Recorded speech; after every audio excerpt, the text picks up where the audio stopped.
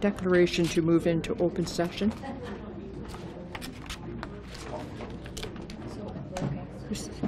Go ahead. We're okay?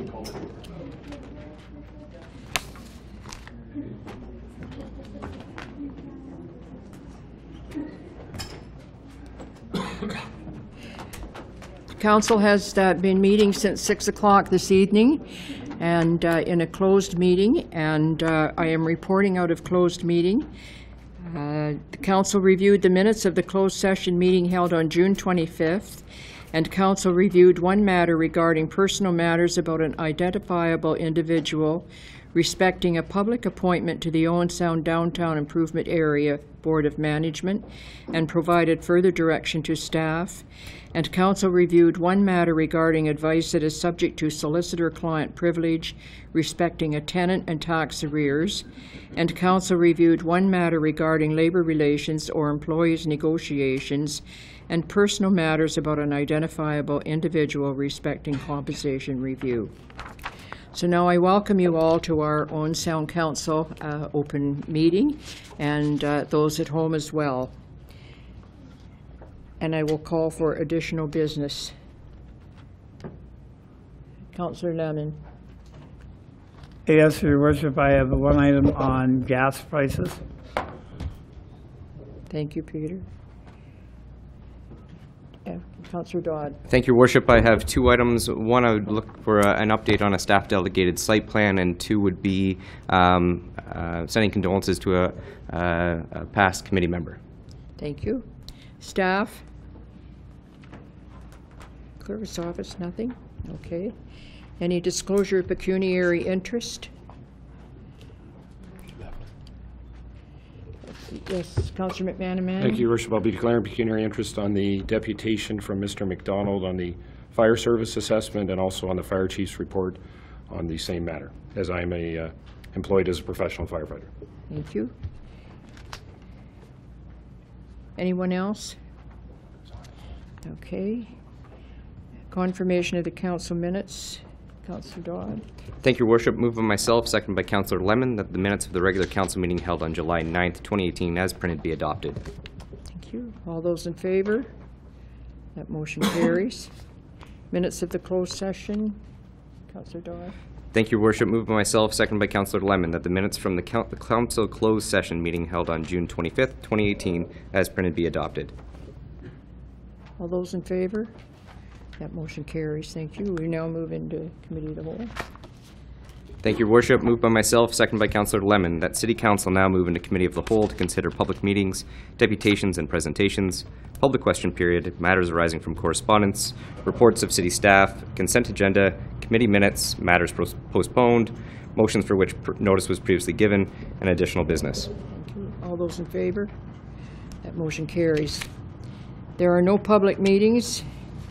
Tonight we have a couple deputations. Our first one is Lori Lemon, and she is here in honor of the Fabric Center. Lori?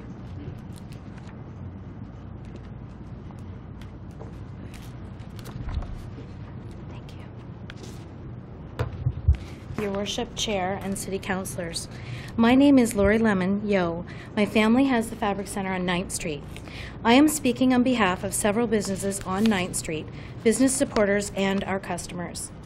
These businesses include Tim Hortons, Pizza, Sprout, Zong, The New Restaurant, Fulford's, Ginger Press, Coffee Culture, Hawk Shop, Photo Art, Trophies 2, Coats and Best, Dr. Cobbler, Lawson's, and Becker's.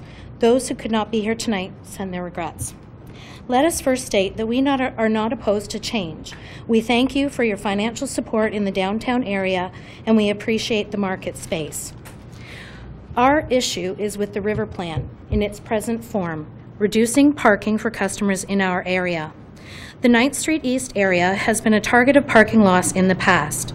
Parking spots have been removed in front of the Fabric Center, in front of Tim Hortons, alongside of the Crescent Clump building, and in front of the former Todd's Sporting Goods. I believe 8 spots in total. Now, the new River Plan has a reduction of 7 more parking spots.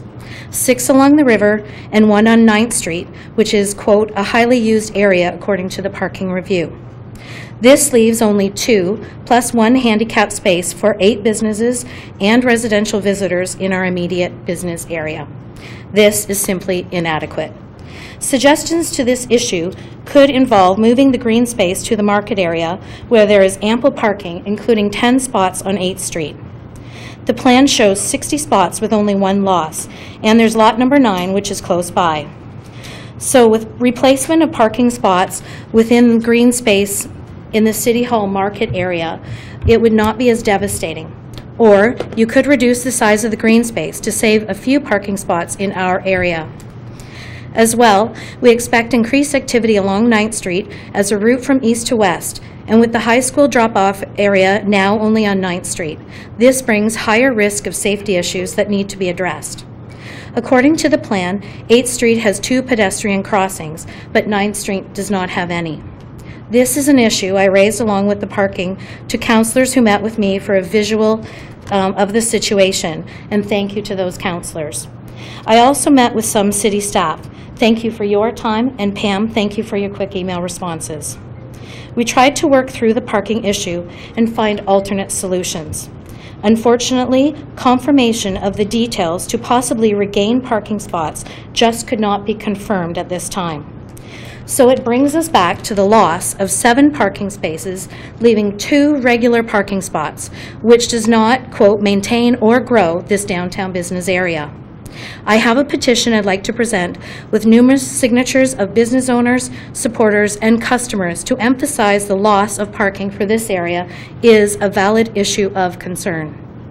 In closing, we are all working towards the same goal, a vital downtown that's safe, functional, accessible for customers, and a place where people want to live.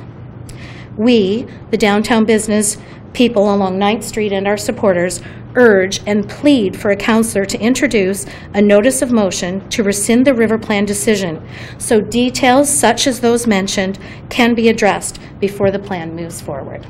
Thank you. Okay, thank you very much, Lori. If you want to bring that petition up to the clerk. Absolutely.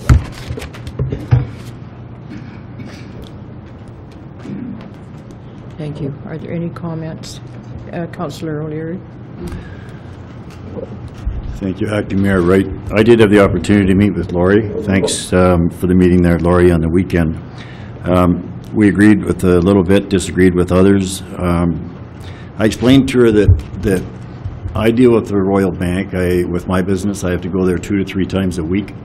And in order to get a parking spot on Main Street to go to the Royal Bank, I always do laps in a clockwise fashion until I can get a parking spot on Main Street. Since Lori was at council the last time, I went the other way just to see what it would be like. And every time I've gone to the bank going the other way, I have got a parking spot in front of the Fabric Center and walked across to the bank. Now, Lori says that's a complete accident, but that's what I did try.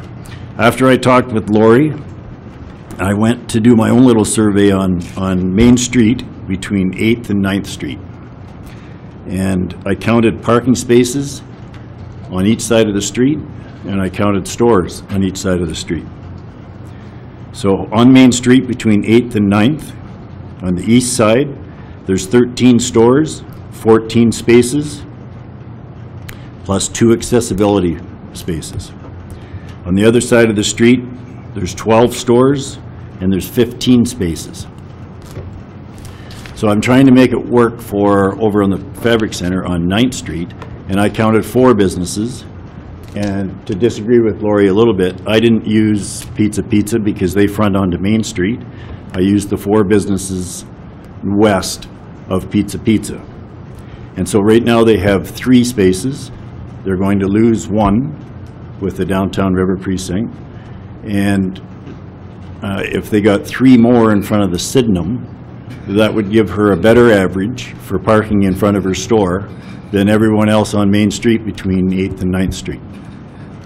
The problem with our conversation is she didn't have confirmation that when the Sydenham construction is finished, that those 3 spots were going to be available.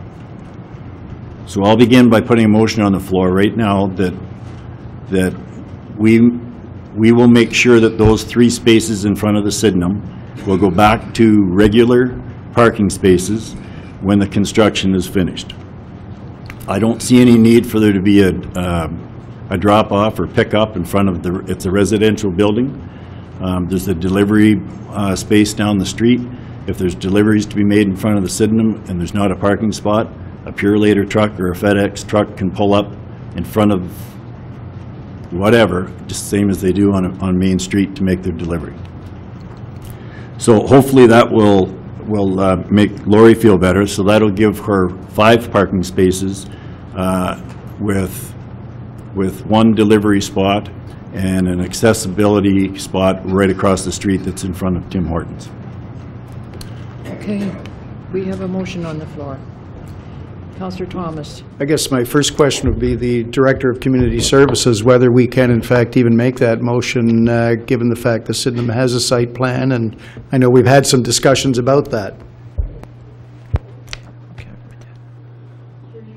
Sorry. Through you, Deputy Mayor Wright, the approved site plan for the Sydenham does show the 3 spaces being reinstated, and I did share with Ms. Lemon-Yo the city's security and agreements that we have in place to ensure that those spaces are reinstated. What I wasn't able to say to her, would those be regular on-street 2-hour parking spaces, or would they be a mix of regular spaces and loading and unloading? And I think what I'm able to tell you tonight is the 3 spaces would be reinstated, part and parcel of that development being finished. The clerk may be able to tell you, I think it would take an amendment to the streets bylaw or simply direction from council that those spaces be reinstated as regular on-street parking spaces. Madam Clerk. I don't know offhand what the bylaw says for that specific area, so I would suggest a notice of motion might be appropriate. Okay, Brian, you bring notice of motion tonight to that effect. I can do that. And just to follow up, I had one more thing that I wanted to mention to you, Lori. You had mentioned in our conversation that the vast majority of your customers are elderly. And I just wanted to mention that it's rather unique that you have a building right next door that has 60 potential customers moving in right next door. They all have their own parking spaces and they can walk to the Fabric Center. So I think that's pretty positive news for you as well. Okay, thank you. Councillor Lemon?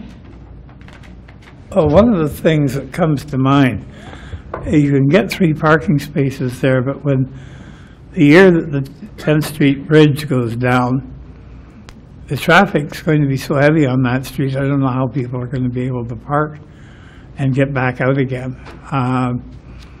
Because we're losing more than half our capacity across the river.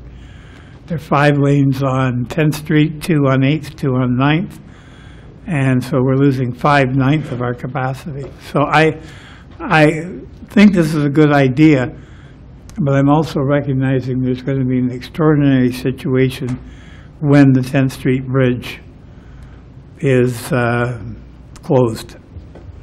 Thank you, Councillor Lemon. When that happens, there will be other issues and plans to deal with that. So I need to have a motion to receive the petition. Would someone make that motion? Councillor Lemon? All those in favor? That motion carries. Thank you.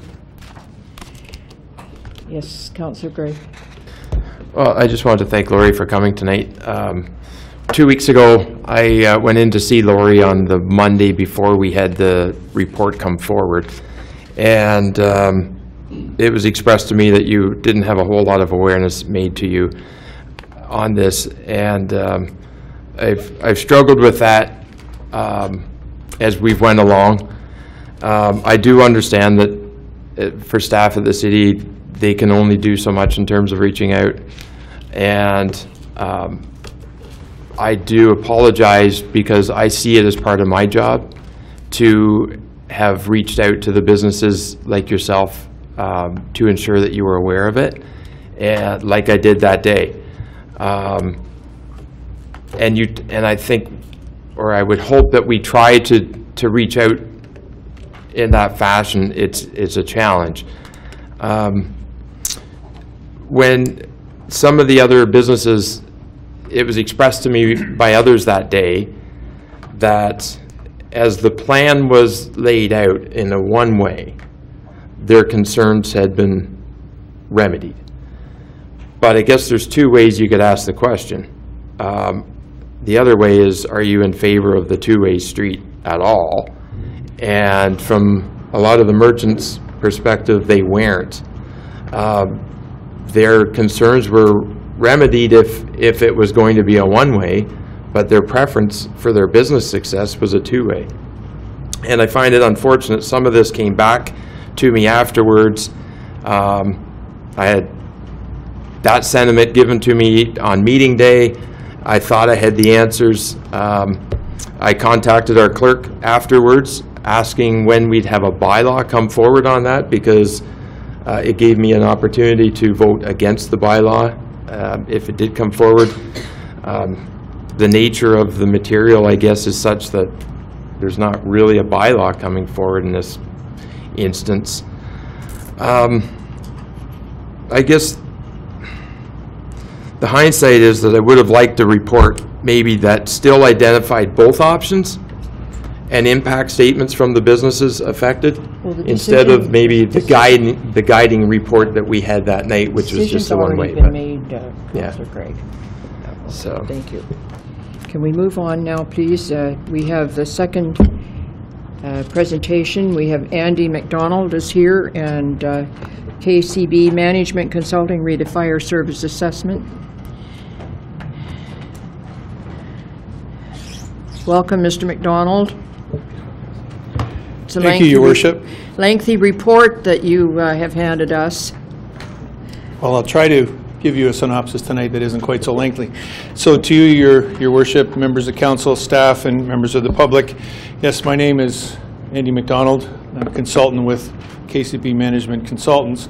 I was asked to give you a little bit of background on both my history and that of our company. I've had 41 years in the fire service, the first 2 as a volunteer, starting in a small department, Snellgrove, Ontario in 1977. It culminated with a 2-year contract in the city of Guelph as a general manager of emergency services with responsibility for paramedics and fire, and a stint there as a deputy CAO. Along the way, I worked for 35 years for the city of Brampton Fire and ended my career there 7 years as chief. KCB Consultants, we do have a background in doing fire service focused fire review. We don't go in and write master plans as a lot of our peers do. We do tackle more focused situations like the issue we were asked to look at here in Guelph. I am joined with KCB by former Brampton and Caledon Fire Chief Terry Irwin, who's a colleague with me here tonight, former Toronto Fire Chief Bill Stewart, and former Toronto Fire Executive Officer Sean Pierce. We work together to look at these focused fire reviews. And in Owen Sound, we were to concentrate our efforts on fire suppression. And as you said, Madam Acting Mayor, we have a 56-page report here, plus appendices that does just that. It's as concise as we can get with such a complicated issue or issues. And we also had to compress our time period somewhat because in an effort to have things ready for tonight. So I will also try to make the complicated issues as easy to understand as I can tonight in a concise manner. The process for conducting our review involved interviews with a number of stakeholders, mayor, deputy mayor, certainly senior fire staff, a group from the Chamber of Commerce, some other citizens, and the Firefighters Association, who were very cooperative and helpful in the review. All certainly helped frame the answers and the recommendations that we came up with that we're presenting here for you tonight. We reviewed all standing operating guidelines in the department, standing orders, policies, house rules, etc. We reviewed the response data, more on that later. We conducted a very in-depth comparison to industry standards and guidelines. I think there's about 16 or 17 pages here, and then that's as compact as we could make it, that go over that review. and the rest of the time was spent on composing the report that hopefully made it somewhat easy to understand and comprehend. There's 20 recommendations, and the best way to sum up the review is to go over the recommendations with some background and some information that relate to each of the 20 recommendations. And we're starting with what I would call the big three that really focus on what we were asked to look here as far as suppression activities and suppression operations, with a look at the current staffing levels and options around staffing and the current delivery models. Owen Sound is a professional department, strictly professional, no volunteers, not a composite department and not a volunteer department, and we were to look at options around that. Following that, we have, I believe, 14 items which we uncovered. Looking into suppression can't be done in isolation, and the other divisions within fire typically either support suppression or are supported by suppression, and we couldn't look at suppression in isolation without examining fire operations pretty well across the spectrum. And a number of what we called low-hanging fruit, for lack of a better term, recommendations came out of the study of the report, and there's 14 of them included. And then the final three, and most of them, that 14, require certainly staff involvement and staff time, but very little financial consideration. The final three recommendations that we'll get to involve some capital investment and capital purchases. But let's start with the big three.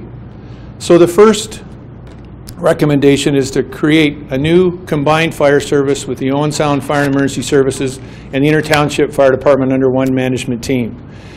It sounds like an easy suggestion, but it's much more than that. First of all, there would have to be a political will between the Inter-Township Fire Board and the City of Owen Sound.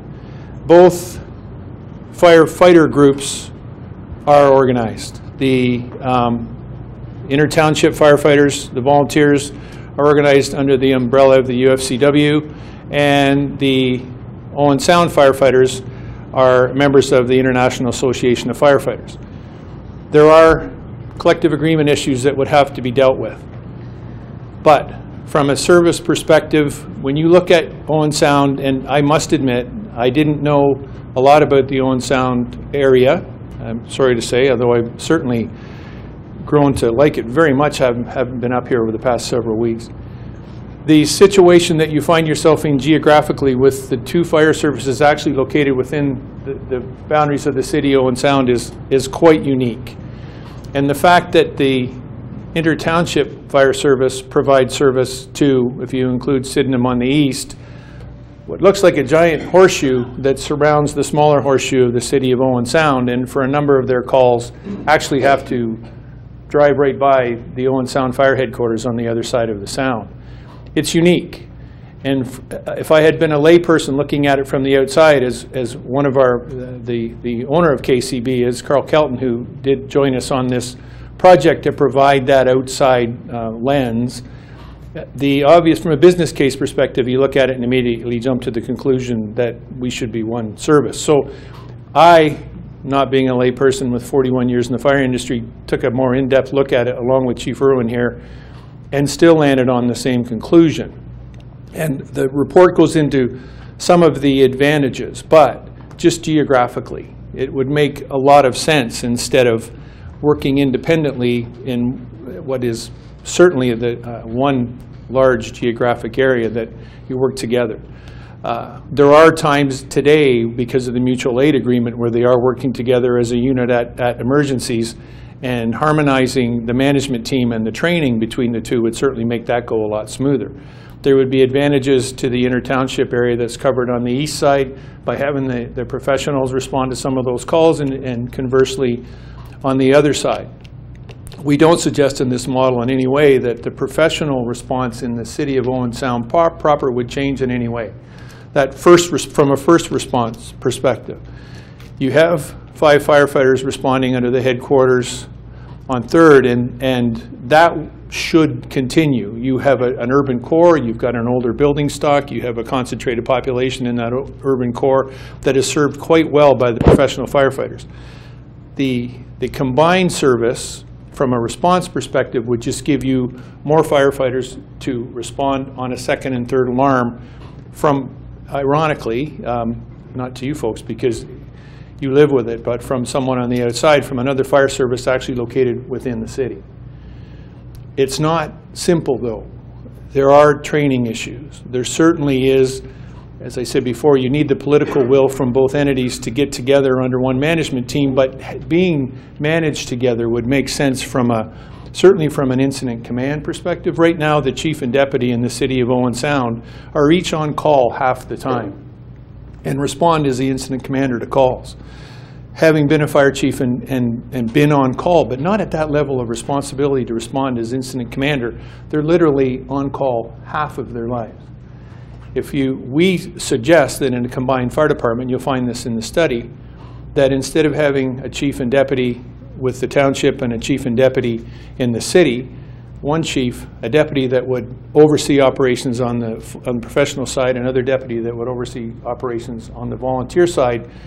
I would suggest that if they split their time being on call to 1/3 of the time, not only would it be a better life-work balance for the three of them, but it may, and this is a supposition on my part, it may make it easier for you, if the need be, to attract chief officers from outside. Because having been a chief, I would be hard-pressed to want to step into a position when I was only free to do what a person in that age, and I can say that, would want to do half of the time. So that's our first recommendation. It will take work. You need the political will. There are certainly clauses in the collective agreement with the professional firefighters on the Owen Sound side, and you're dealing with the union on the volunteer side, that would have to be together with one goal in mind, and that is to create a combined department. The second recommendation is implementing an automatic aid agreement with the Inter-Township Fire Board if you can't create initially a combined department. Right now, in the city of Owen Sound, 5 firefighters are on duty under the collective agreement at all times. When there's a need for a second alarm, in other words, when there's a situation that is larger than that first responding crew can handle, the captain has the responsibility and the ability, and quite a bit of flexibility there, which I applaud, to call in for a second alarm. And that second alarm currently is 5 professional firefighters that are off duty that have a responsibility under the collective agreement to respond in a reasonable amount of time. I'm going to get a little bit more into this later on, but so they work at, it's a complicated shift schedule, something that I've never seen before, but to make it relatively simple, they work 5 days on, 5 off, 5 nights on, 5 off, 5 days on, 5 off, 5 nights on, 5 off. When they're on days, those intervening nights, when they're coming into work the next day, they're on call. So they're on duty during the day, 7 till 5 for 10 hours, 7 to 5. And then when they leave work for 14 hours that night, they're paid to be on call. It's a modest stipend, but they are paid to be on call and are expected, 5 of them, to return to duty in the case of a second alarm. So if you take a stretch of 5 days on duty, and considering that they're on call, the 14 hours after each of those days, they're working 5 24-hour time periods when they're either on duty or on call. And then the question becomes, when they're on call, are they really on duty?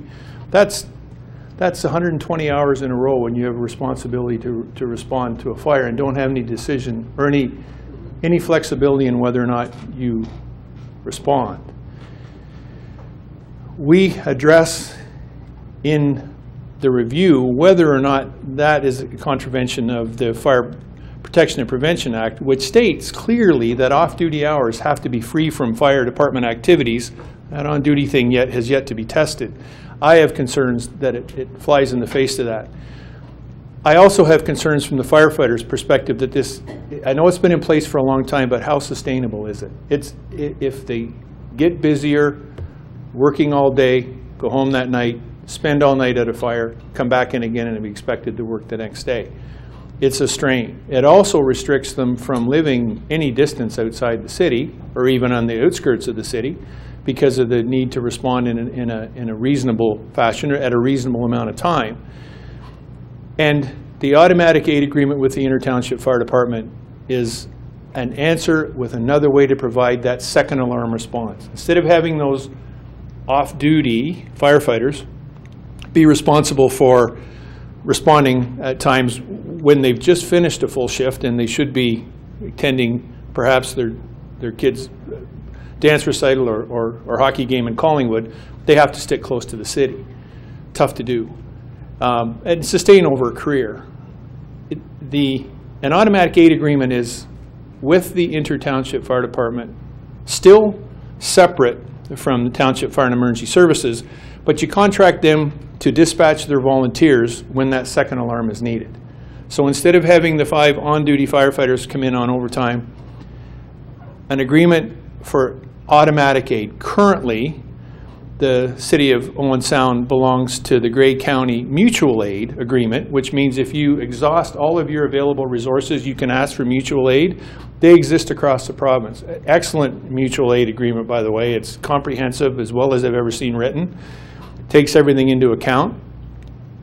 But you have to have exhausted, under the mutual aid agreement, you have to have exhausted your resources. With an automatic aid agreement, you don't have to get that far. You don't have to get to the fire and think, oh my goodness, we're not going to be able to handle this. We better call for help.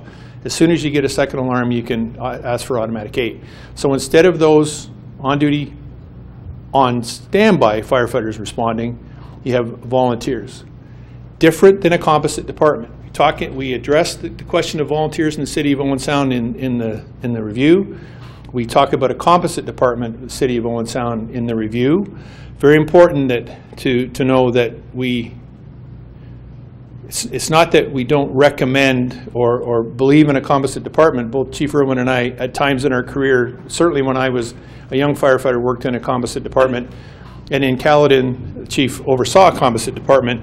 But starting a composite department where you would have to recruit, train, certify, equip, and have ready to respond in the City of Owen Sound, which between 20 and 30 volunteers, depending on what they did for jobs and their availability to respond, would be a monumental task, and as close to being able to say something is impossible as I can say.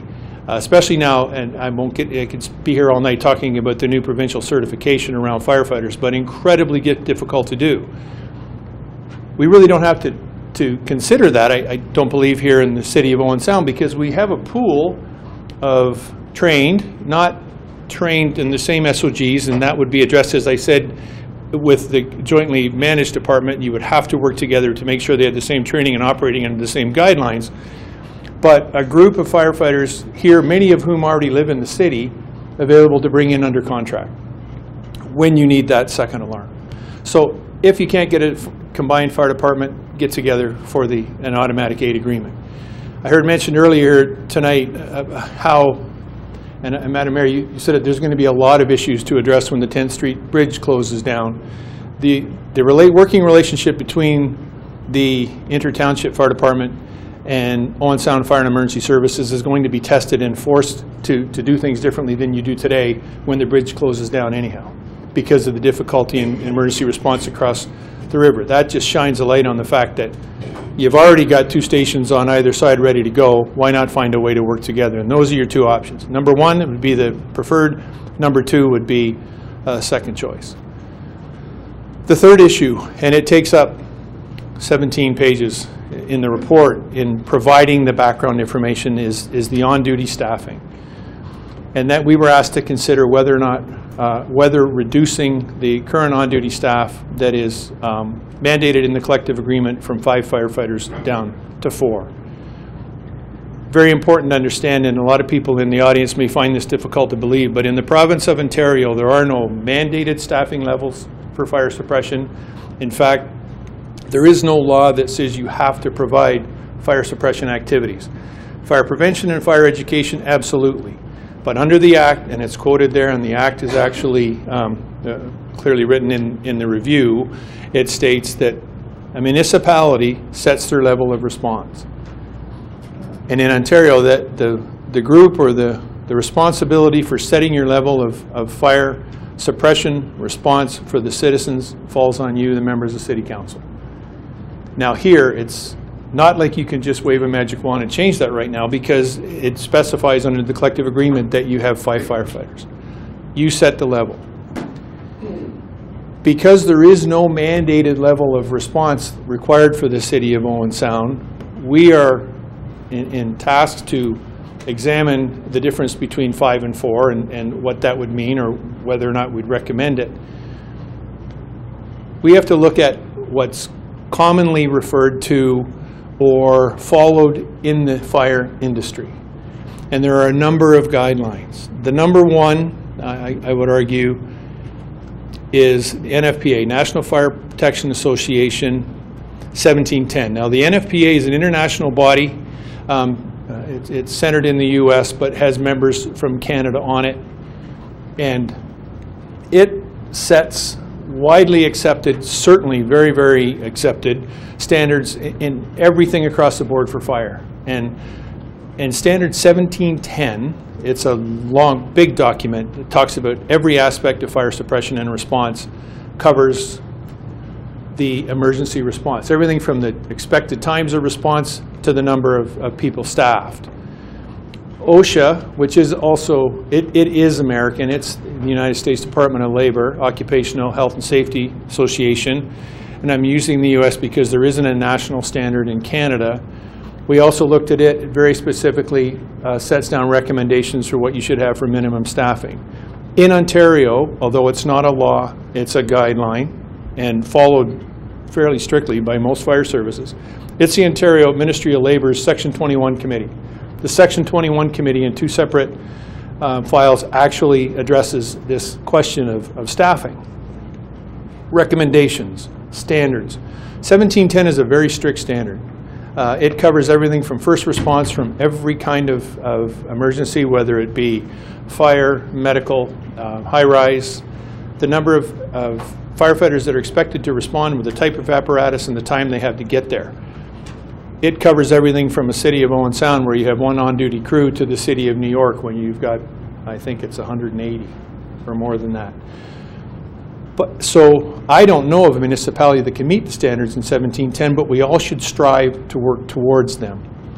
All 3, 1710, OSHA, and Section 21 Committee, all recommend that for a residential fire, when you pull up on the scene of a house fire, before anyone can go in the fire and fight the fire or effect a rescue, you need 2 firefighters in the building and 2 firefighters on the outside.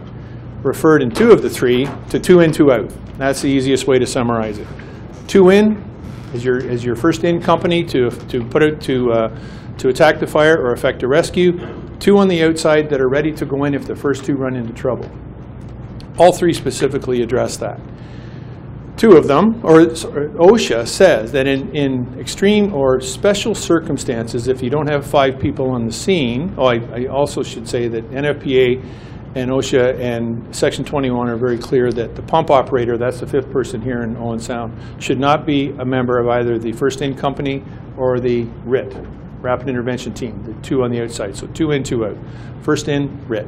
That the pump operator shouldn't be included because you can't leave an operating pump of people on a hose line in a building unstaffed.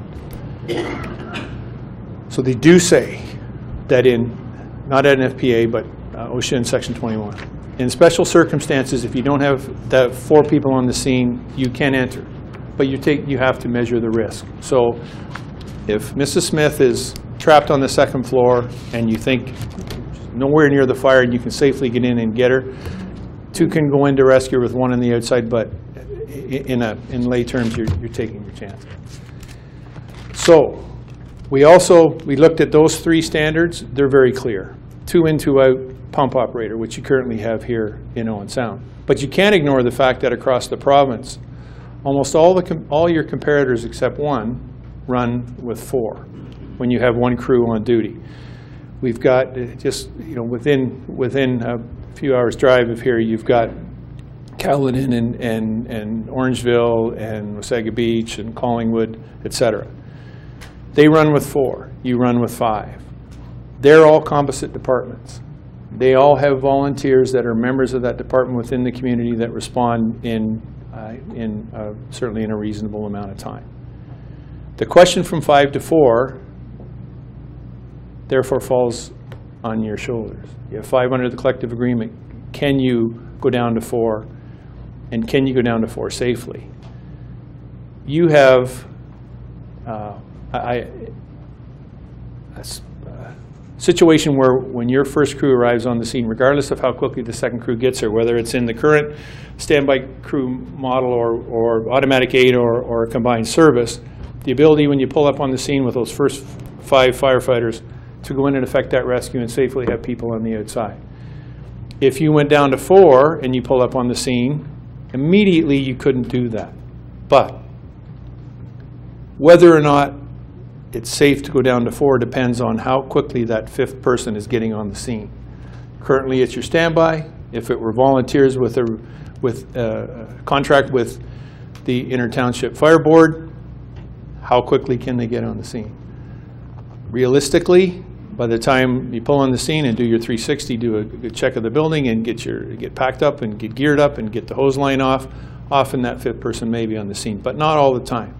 So do you go with 5, where you have the ability to do that interior firefighting and effective rescue right off the bat, or you go down to 4? That's your choice. Here in the city, we looked at responses over the past, since the end of 2015. You average about 25 calls a year where you need a second alarm. So 25 times a year that those on duty or those standby firefighters are called in. Of those, a handful are actual fires. In staffing to 5, the cost, it's in the report, staffing to 5 in 2017 cost about $186,000 in overtime, because when somebody's off sick, and that includes long-term LTD, long-term disability as well, so it's a little bit skewed. This isn't simply people phoning in sick that day. You have to up staff with 1 person on overtime to keep it at 5. It was about $186,000 in 2017. Allowing it to go down to 4 firefighters would conceivably, in a ballpark depending on the year, save that amount of money. 25 times a year you need them. And when you look at the sick use, LTD in short term, in 2017, about 28% of the time you actually had to call in overtime. So from the number of calls you run second alarm, only 28% of them, and I'm not telling you what to do, I'm only giving you the facts, and they're certainly contained in the report. You have to weigh the risk. In the FPPA, municipality sets a level of response, assumes the related risk. Members of council have to assume that risk when you set the level of response, and the data in the review should help you do that. That's a quick synopsis of it. There may be questions about that, I think, later at the end. Now we're getting into, to get through this a little bit quicker, what we call the low-hanging fruit, some of the items that can quickly, we hope, improve response and suppression activities in Owen Sound Fire. The first one is to review and update the SOGs, DOGs, standing orders, and house rules.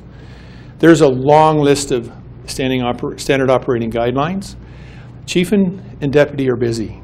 They need to be updated. Some of them are still, we've got SOGs and DOGs that are essentially the same thing. They suffer by the fact that some of them are called differently. We've got SOGs, DOGs, SOPs that somewhat do the same thing. There are a few that are contradictory. Nothing that presents a danger, but they should be updated to 2018 standards. They're constantly reviewed, and there's dates all over them. Let's start fresh, get them done. We suggest in the report that it should be a joint effort between administration and the members of the Firefighters Association who administer the SOGs every day, with the proviso certainly that at the end of the day the chief gets a final say on what they are. But here's an opportunity for the administration and the association members to work together to update. It's not a small task. There's over 60 SOGs alone, and there's half a dozen of them on emergency response that could probably be put together into one or two. It's time they were updated. It would certainly make response safer and better and quicker. Along those efforts, provide some added administrative support for the fire chief and deputy. Right now, they get most weeks about a half a day.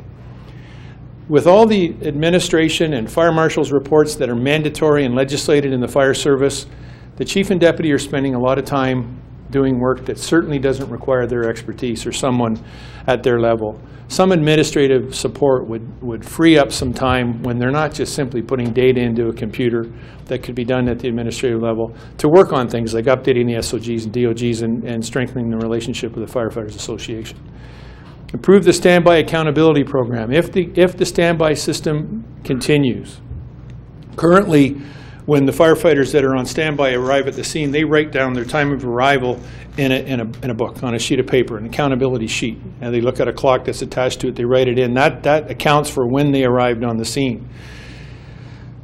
They're equipped very well right now with their equipment on the truck, and they've got 5 portable radios. We've suggested, and the 911 call centers, that they can accommodate it. We number the 5 radios from 1 to 5, big yellow letters on them. They can't, easy to follow, important at the other end, because when they arrive on the scene, they grab the first radio available in order 1 through 5, simply radio standby firefighter 1 on the scene. Provides 2 things. Now we have an accurate accountability, and the incident commander, who is relying on radio traffic to know what's going on at the scene, knows they're at the scene. Currently, the standby firefighters show up. They may be parked around the corner. The truck may be staged around the corner. The incident commander may not know they're on the scene and able to provide support until they tap them on the shoulder. We need to tighten up that accountability for a number of reasons. Improve the standby program supervision. Currently, the collective agreement covers that standby procedure. Dictates you need 5 people, but it doesn't say that one of them needs to be a captain or an acting captain. The NFPA 1710 is very clear that every responding company must have supervision. The Occupational Health and Safety Act in Ontario too, although most of it doesn't pertain to fire, certainly says that you need supervision. If 5 firefighters show up and one of them isn't a captain, now you've got 10 firefighters on the scene and 1 captain who may be tied up with the incident command or in the building. The span of control is just far too wide.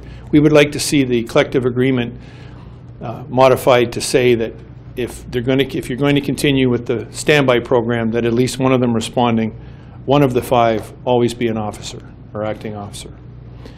Review the motor vehicle collision dispatch program to ensure maximum effective use of fire crews. The numbers of motor vehicle collisions that Owen Sound Fire is responding to has decreased. Someone anecdotally were told that the police typically ask for fire, that they just don't want to inconvenience the firefighters. Like, why have them out if we don't need them? Our experts think that they're being underutilized, because where the police may think we don't need a fire crew on the scene, sometimes I've heard from police officers they get in the way.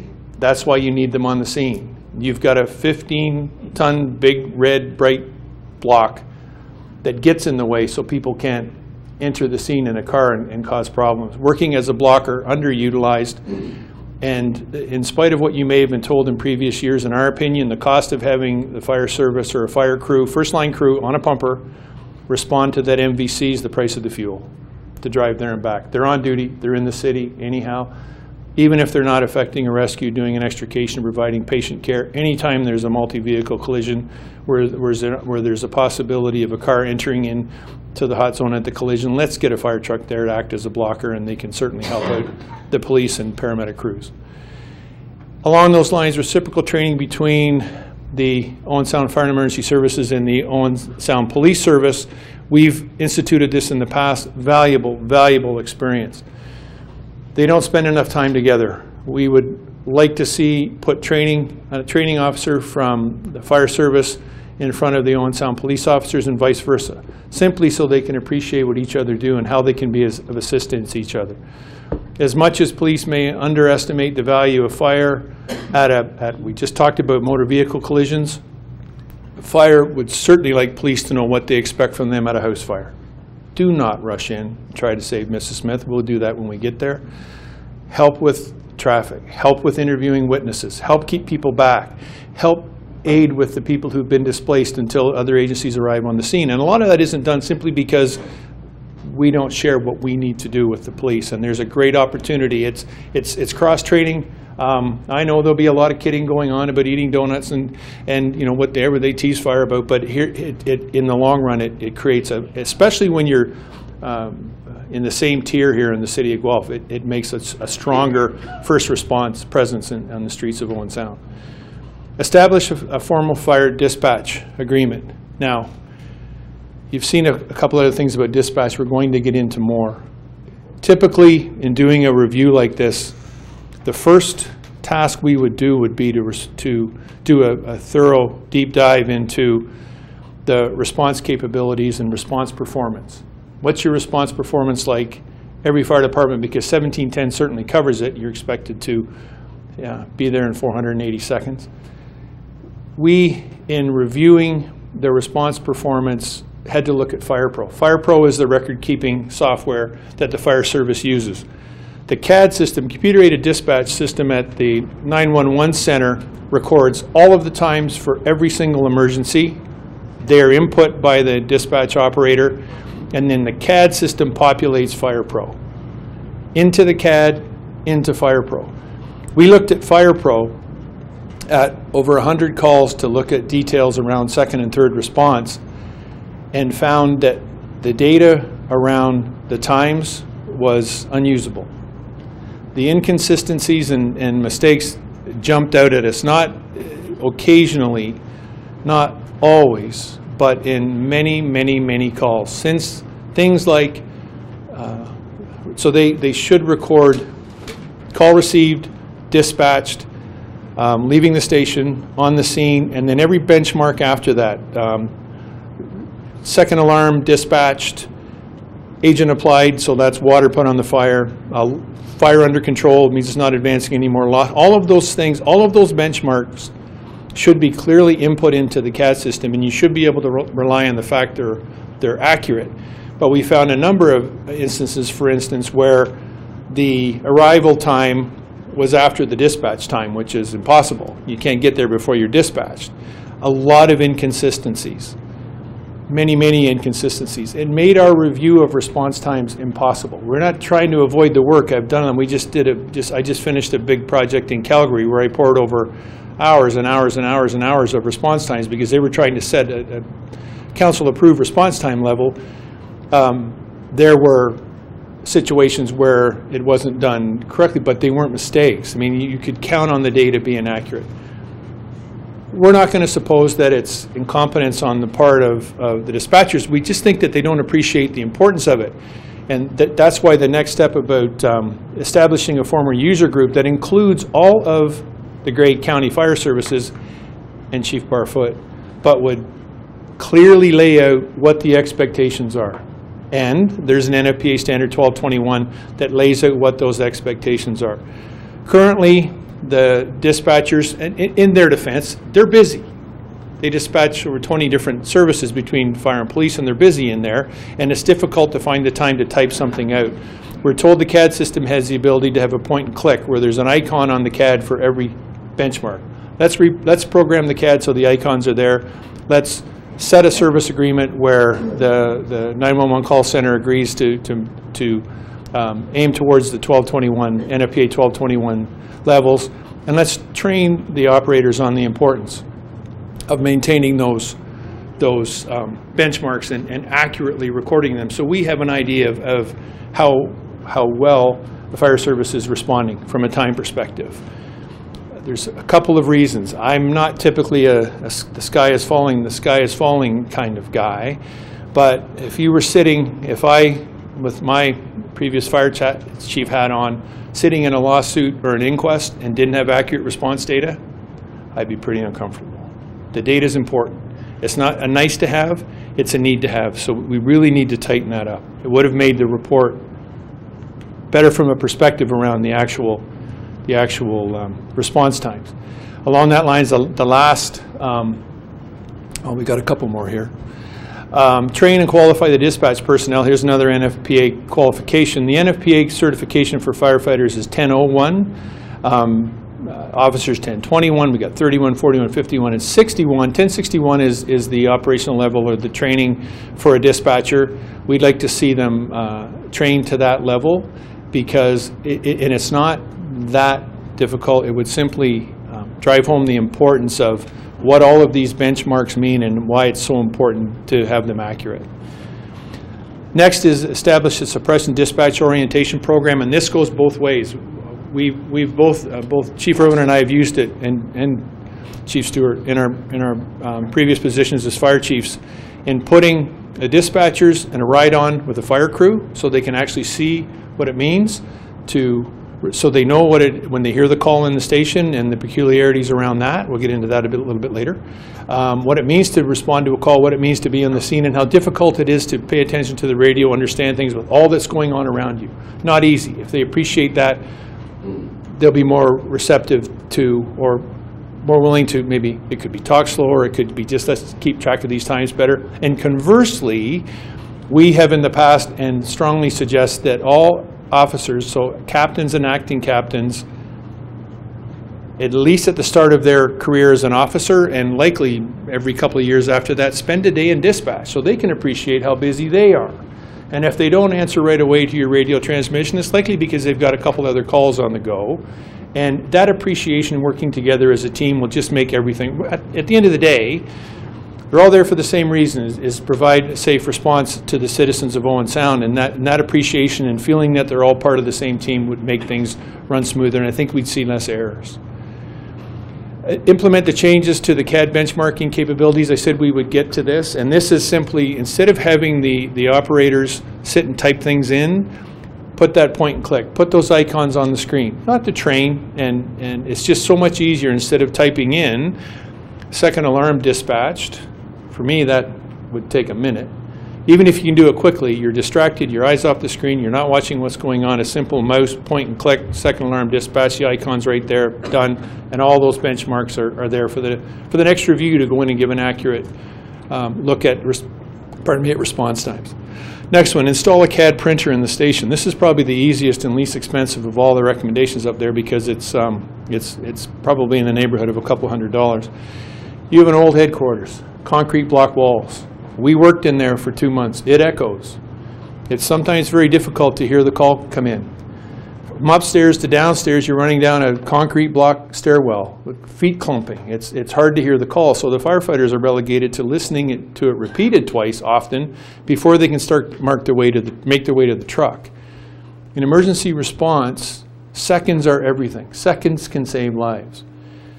Installing a CAD printer in the station, and it's not new technology, and we were told by the IT person at the 911 call center who would help with this, it's easy to do.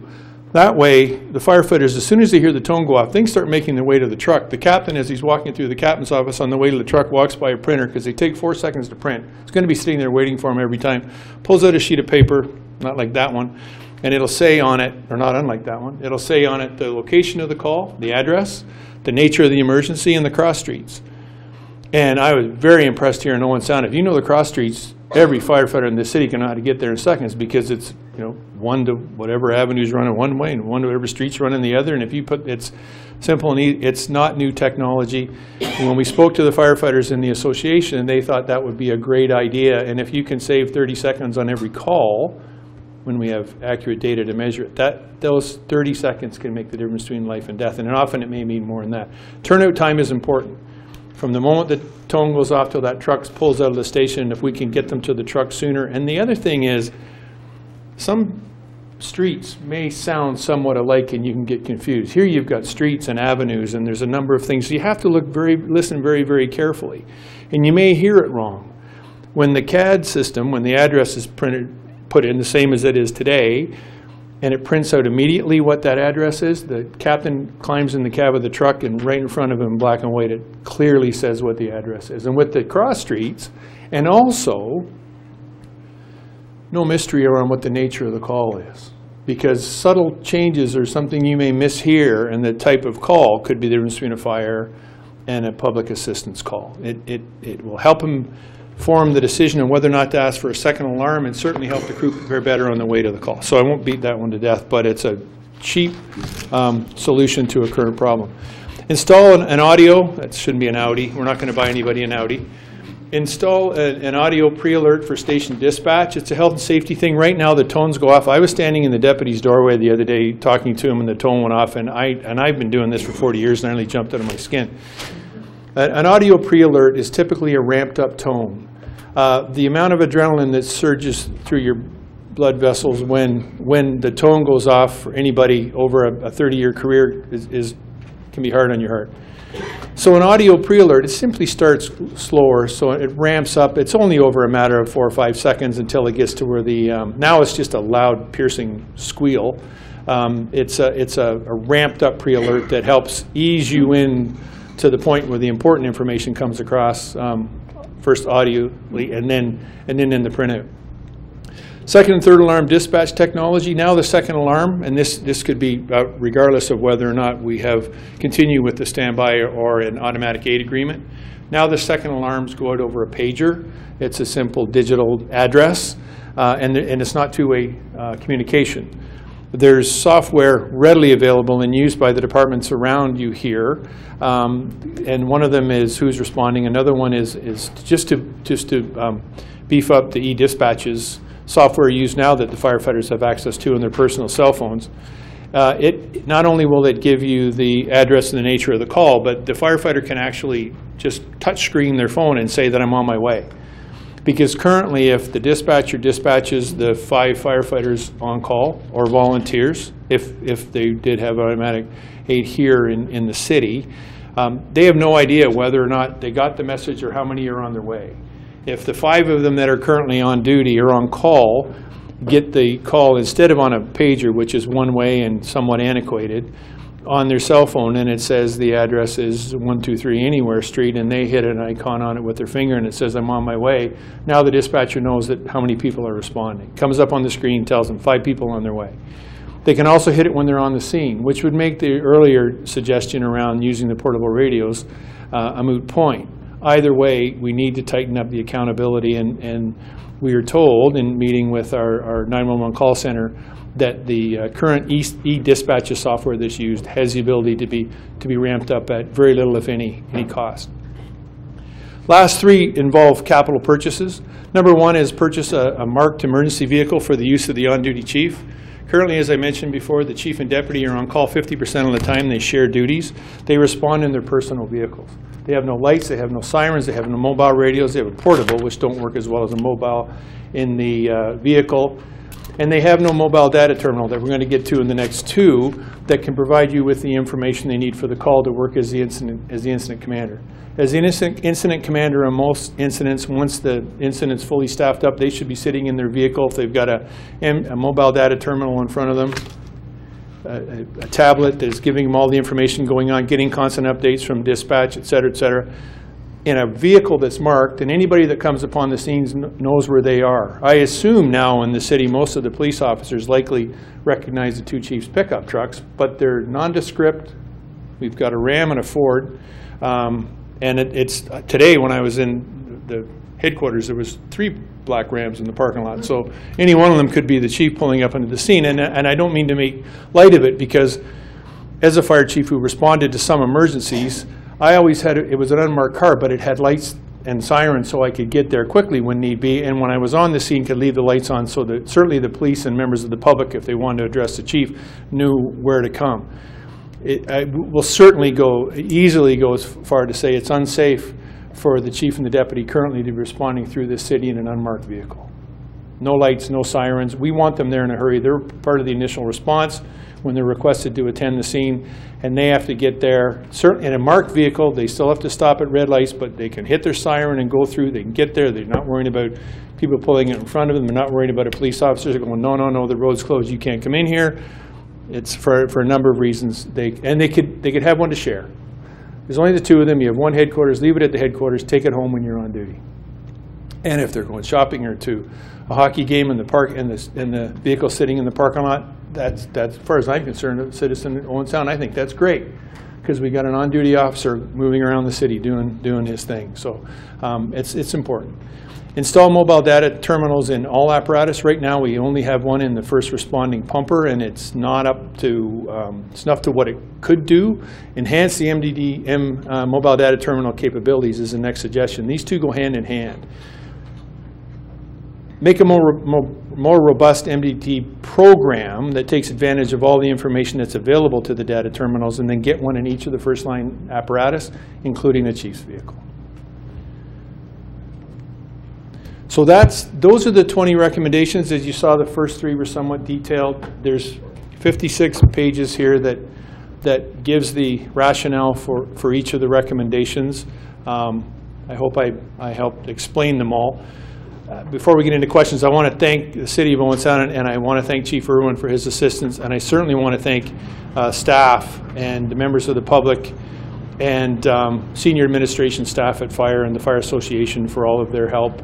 Like I said, we had to compress the time here to get this done, and we certainly couldn't have done it without them. So now, with your permission, Madam Acting Mayor, I'll throw the floor open for questions. Anybody need clarification on anything, Councillor? I have some questions, if that's okay. Okay, go ahead. Okay, thanks, Andy, for your presentation and your detailed report. I'm assuming this is not the first fire assessment you've done. Can you just give us a bit of a detailed background in terms of other municipalities that you've done this for?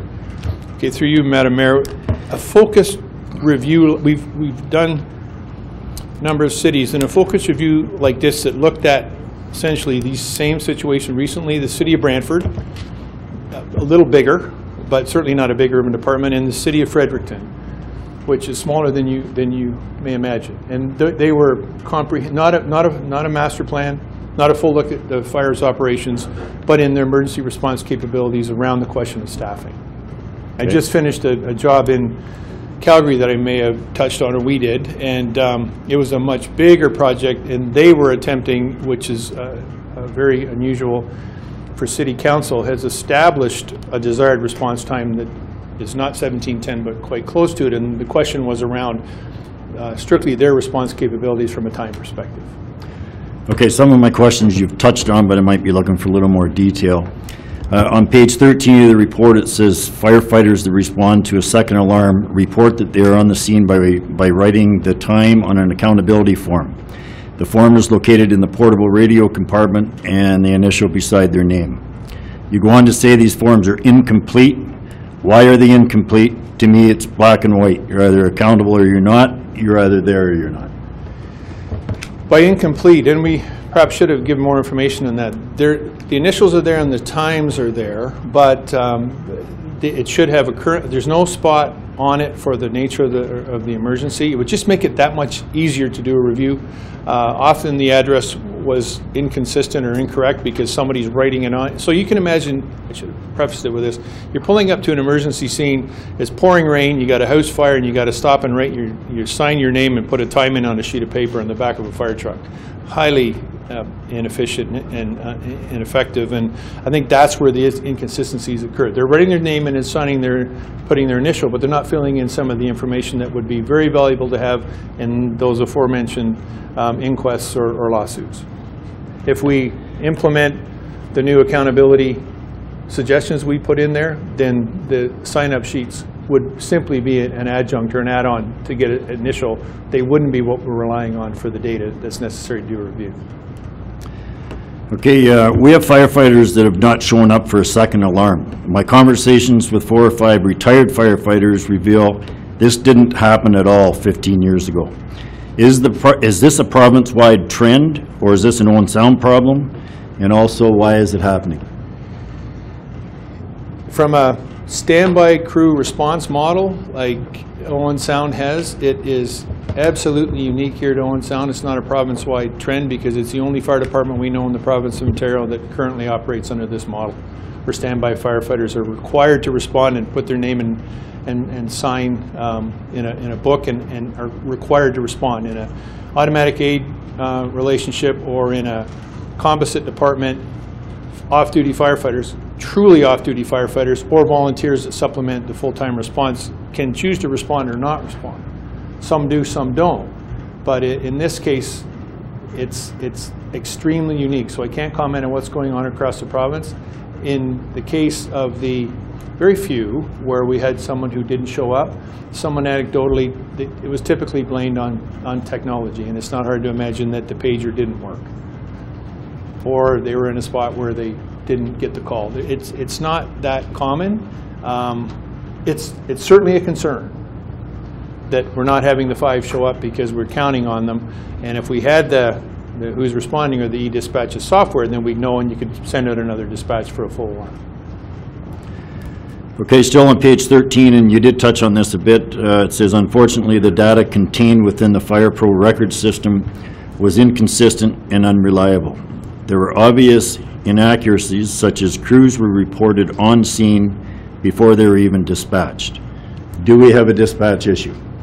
I believe we do, and I would like to think that it's not a competency issue. It's simply a lack of training and understanding the importance of having these numbers and having them accurately reported, because after the fact, they're essential, not only in managing the department and managing a response, but again, we're back to the aforementioned inquests and lawsuits. It's 2018.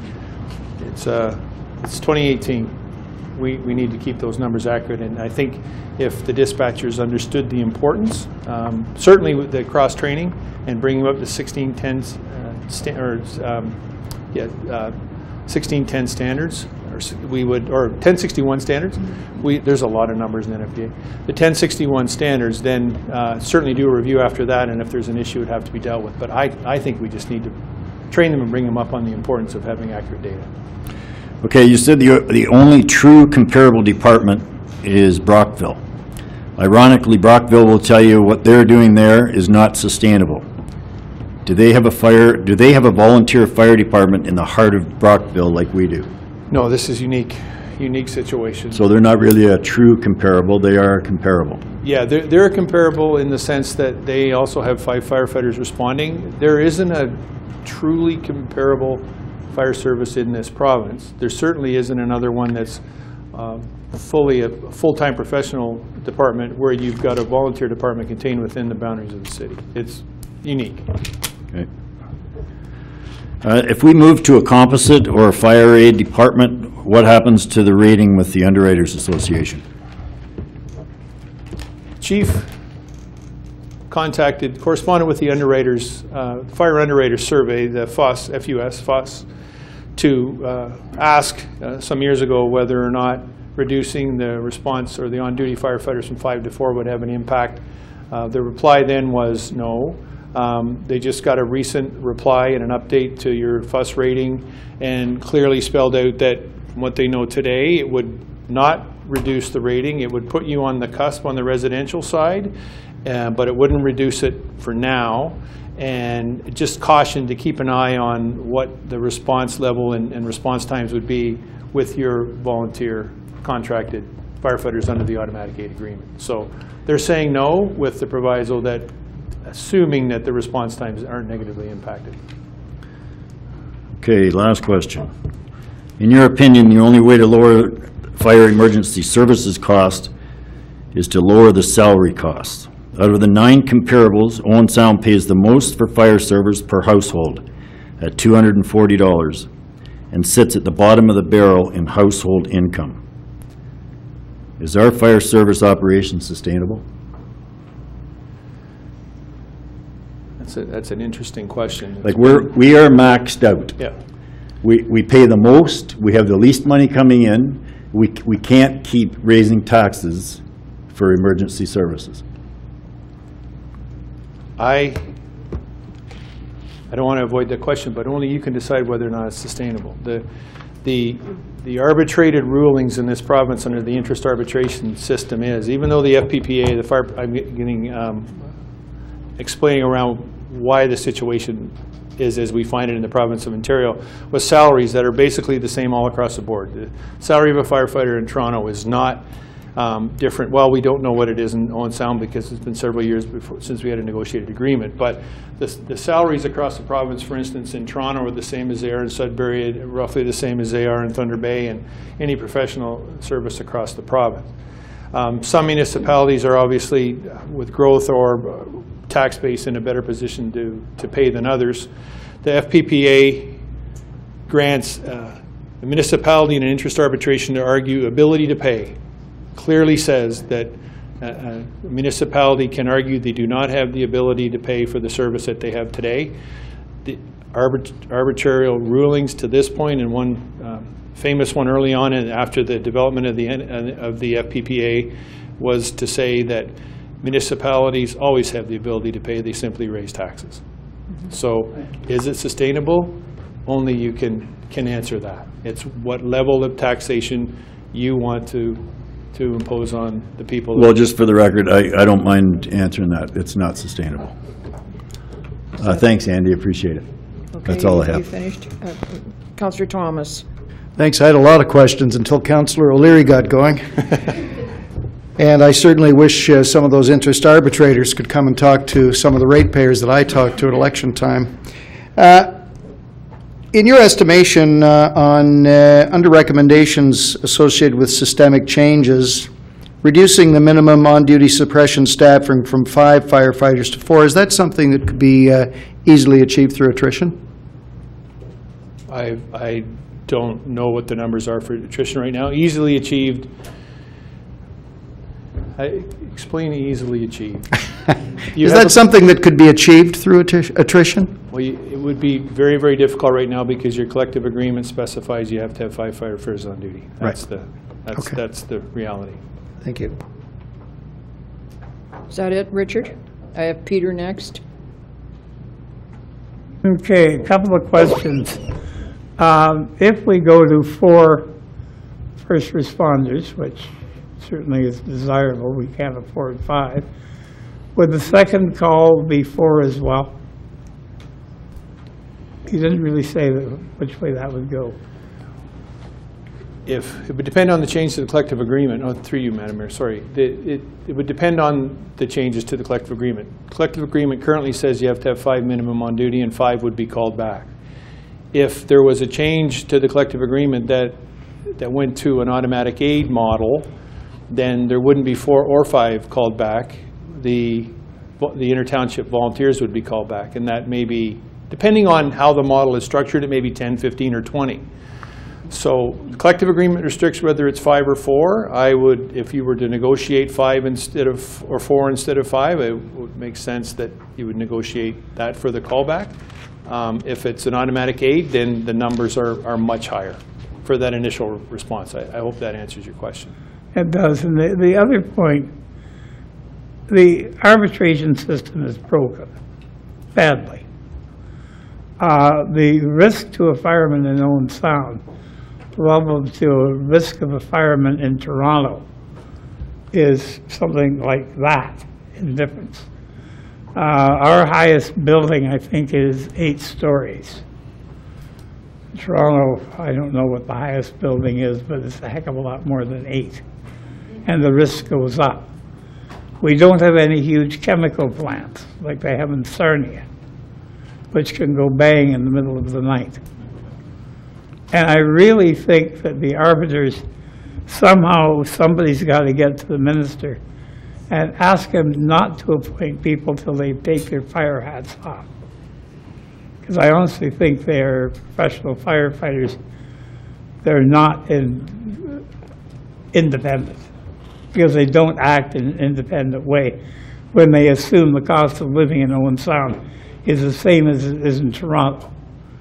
$350,000 in Owen Sound will buy you a fantastic house. In Toronto, it'll buy you a slum. So think about it. Thank you. Thank you. Scott, Travis? That's twice now, Deputy Mayor. But anyways, thank you, Deputy Mayor. I do have a couple quick questions. Andy, thanks again for coming and giving this presentation. Obviously, it's full of information that both we as a council and everyone needs to take back and take another look at it again, obviously, over the next several years. The one thing you do mention, you say fire protection accounts for 16.8 cents of every property tax dollar collected. You further on go on and say the only way to lower operating costs is our lower salary costs. The 3 recommendations that you did give to us today to go into collective agreement, which are things that we don't have control over unless we go through our bargaining system. In your study that you just conducted, did you find any other cost-saving practices besides the 3 that you just recommended that we have no control over? Nothing of any significance. The reality is that anywhere 93 to 94.5% of the fire operating budget is salaries. And that's not unusual. That's the same across the province. Capital, fire trucks are very expensive. buildings are expensive, but operating, it's the cost of salaries and fuel.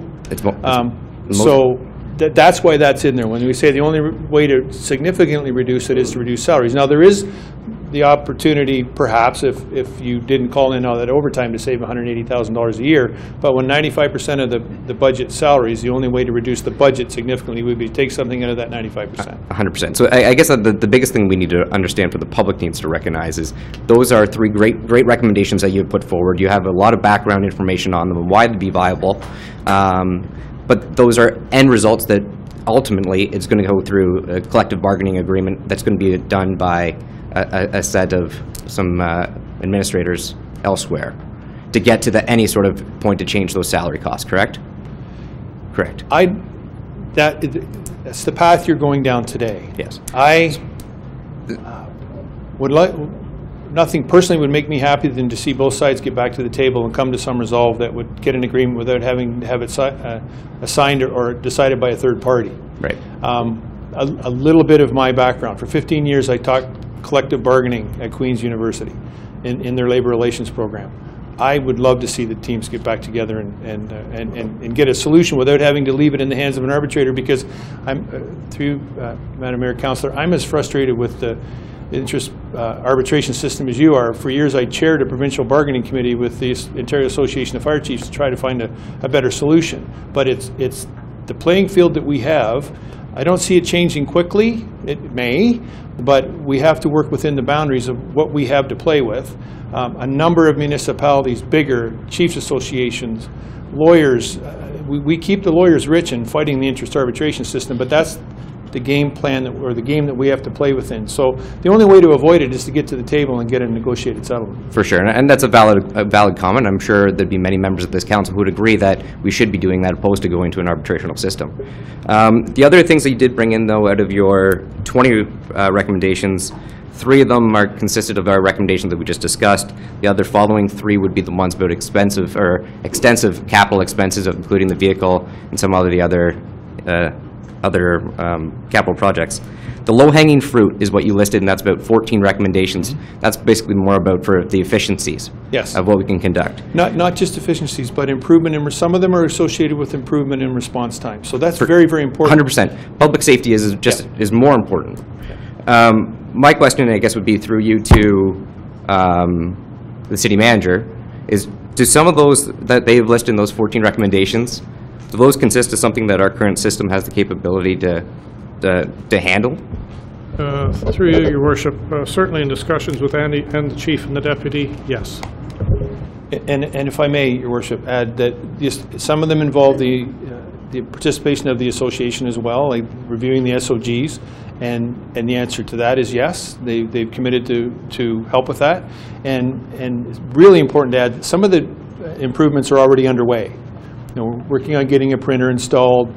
We've had meeting the consultants with the 911 call center management team and made some of the suggestions. So we're already, they didn't wait for we've been communicating and getting information and help from staff. We've also been sharing our findings as we went along, and they're already, to their credit, working on getting some of these things put into place. Thank you. Okay, Councilor Barry. Thanks, Deputy Mayor Wright. Excellent presentation tonight, Mr. McDonald. I appreciate it very much, and thank you to you. The question I have, when you were discussing standby call-in times, was there any consideration given to, I mean, this is a unique area, being that we're somewhat urban-rural, any consideration given to the location of where firefighters may live as it would pertain to their ability or their time to respond to a second alarm, third alarm call-in? We had a number of conversations about that. The firefighters are expected under the collective agreement, and it's made clear to them when they're employed, that they need to be able to respond in a reasonable amount of time. That there's no time limit specified. One person's reasonable may be, and I don't mean to sound flippant, but one person's reasonable may not be the other person's reasonable. So yes, they're expected to live close by. That provision in the collective agreement is actually administered by the association. The agreement is that the association will ensure 5 people are going to be available in a reasonable amount of time. I wish I could tell you what those times are, but that's the inconsistency.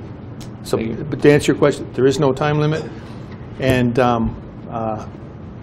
it's kind of hit and miss whether or not they're meeting a reasonable amount of time, because that hasn't been established and we don't have the numbers. Thank you. Councillor Kepke? Thank you very much, Mr. McDonald, for all of your explanations, and my questions have pretty well been answered. However, I did want to extend appreciation for the detail that you did put in the report on lots of little technical things that will improve efficiencies and so on. My comment is to the taxpayer.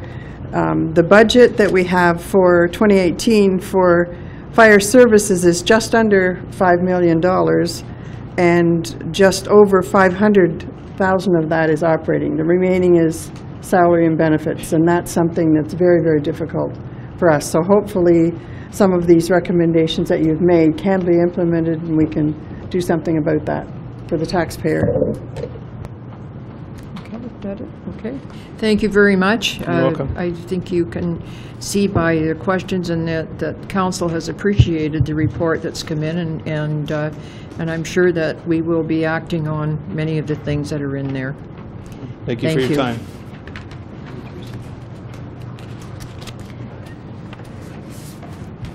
Okay, now, moving on to question period. If there's anyone in the audience that wishes to ask a question of council, can you please state your name and your address, please? Ruth Volker, 1592 7th Avenue East, Owen Sound. Welcome, Ruth. Thank you. I'm here to ask all you councilmen, if you got a water bill for $2,937.23, would you pay it? Oh.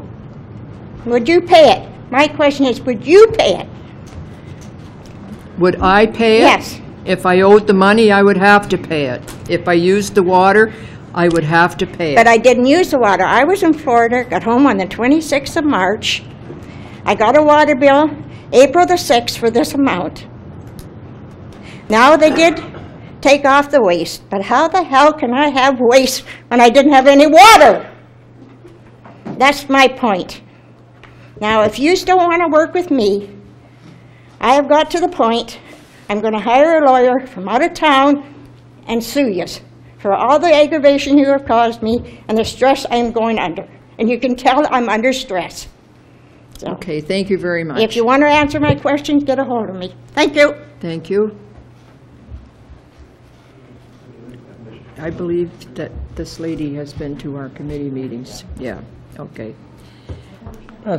Is there anyone else that has a question in the audience?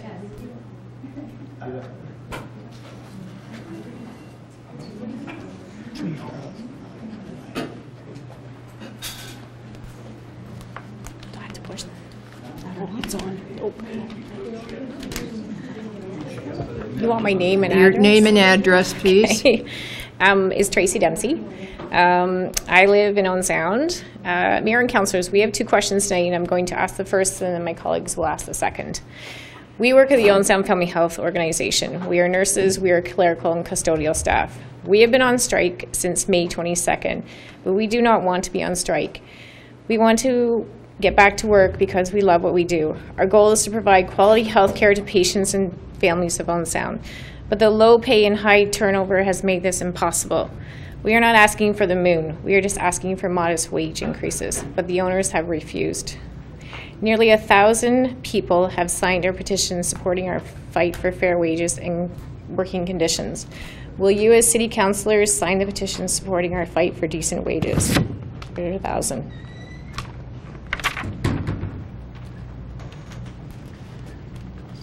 The next question, please. Okay. I'm Kif Harvey. I live in Owen Sound, 242nd Avenue West. I'm sure you're aware that about the strike, and that we've been out for over 9 weeks now. We thought we were going back to the table to get a deal last week, but instead the employer has retaliated. Now they want to replace all the clerical staff and want to eliminate all nursing positions. Do you have a question? Yes. What is your question? Basically, we're wanting to know if Councillor could write the owners of the Owen Sound Family Health Team and request that they keep nurses and trained clerical workers on staff. Okay, thank you. Is there another question? My name is Lori Ills, and we're also wondering if City Council would write to the Health Minister of Ontario and request that she ensure people in Owen Sound have nurses and trained clerical workers at their only family health clinic. Okay, thank you.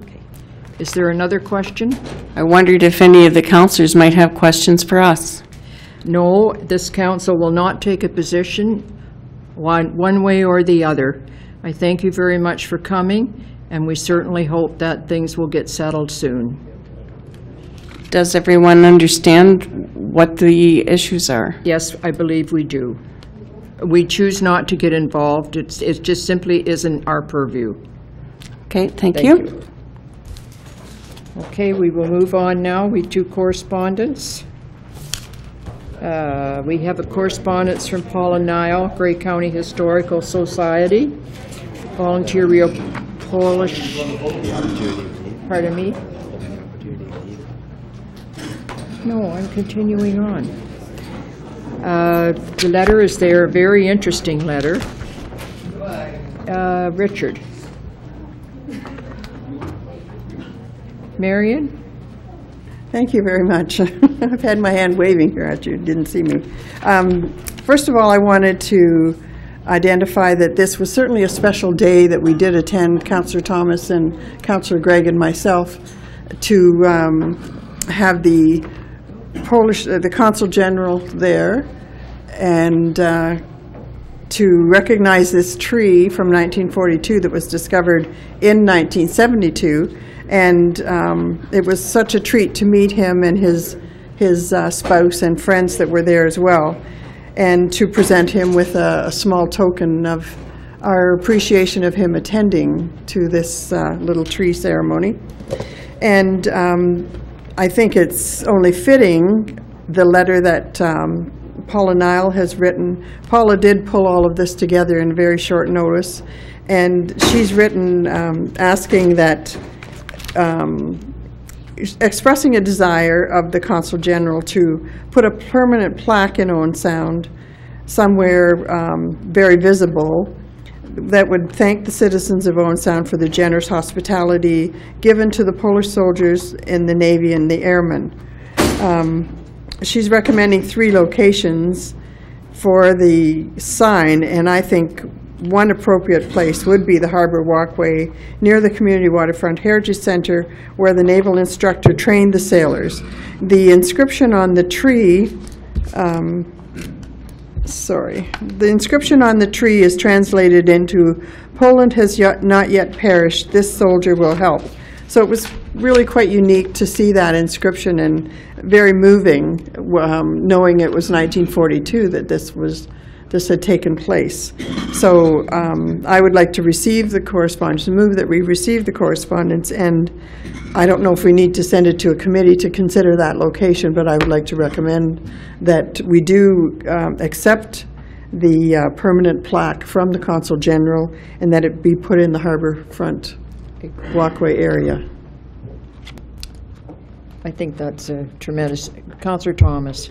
Yeah, I certainly support that. I guess the only addendum that I was going to bring forward was I wondered if it could go to Community Services for some discussion of the location, because, one of the things that occurred to me is the training center was right across the street from the Legion, and it would certainly be an appropriate place as well for the plaque. So I just wondered if we could maybe have a friendly amendment just to have Community Services look at the potential locations and bring a recommendation back. I'm fine with that. However, I would like to see it in a very visible spot that the public would see it. I agree.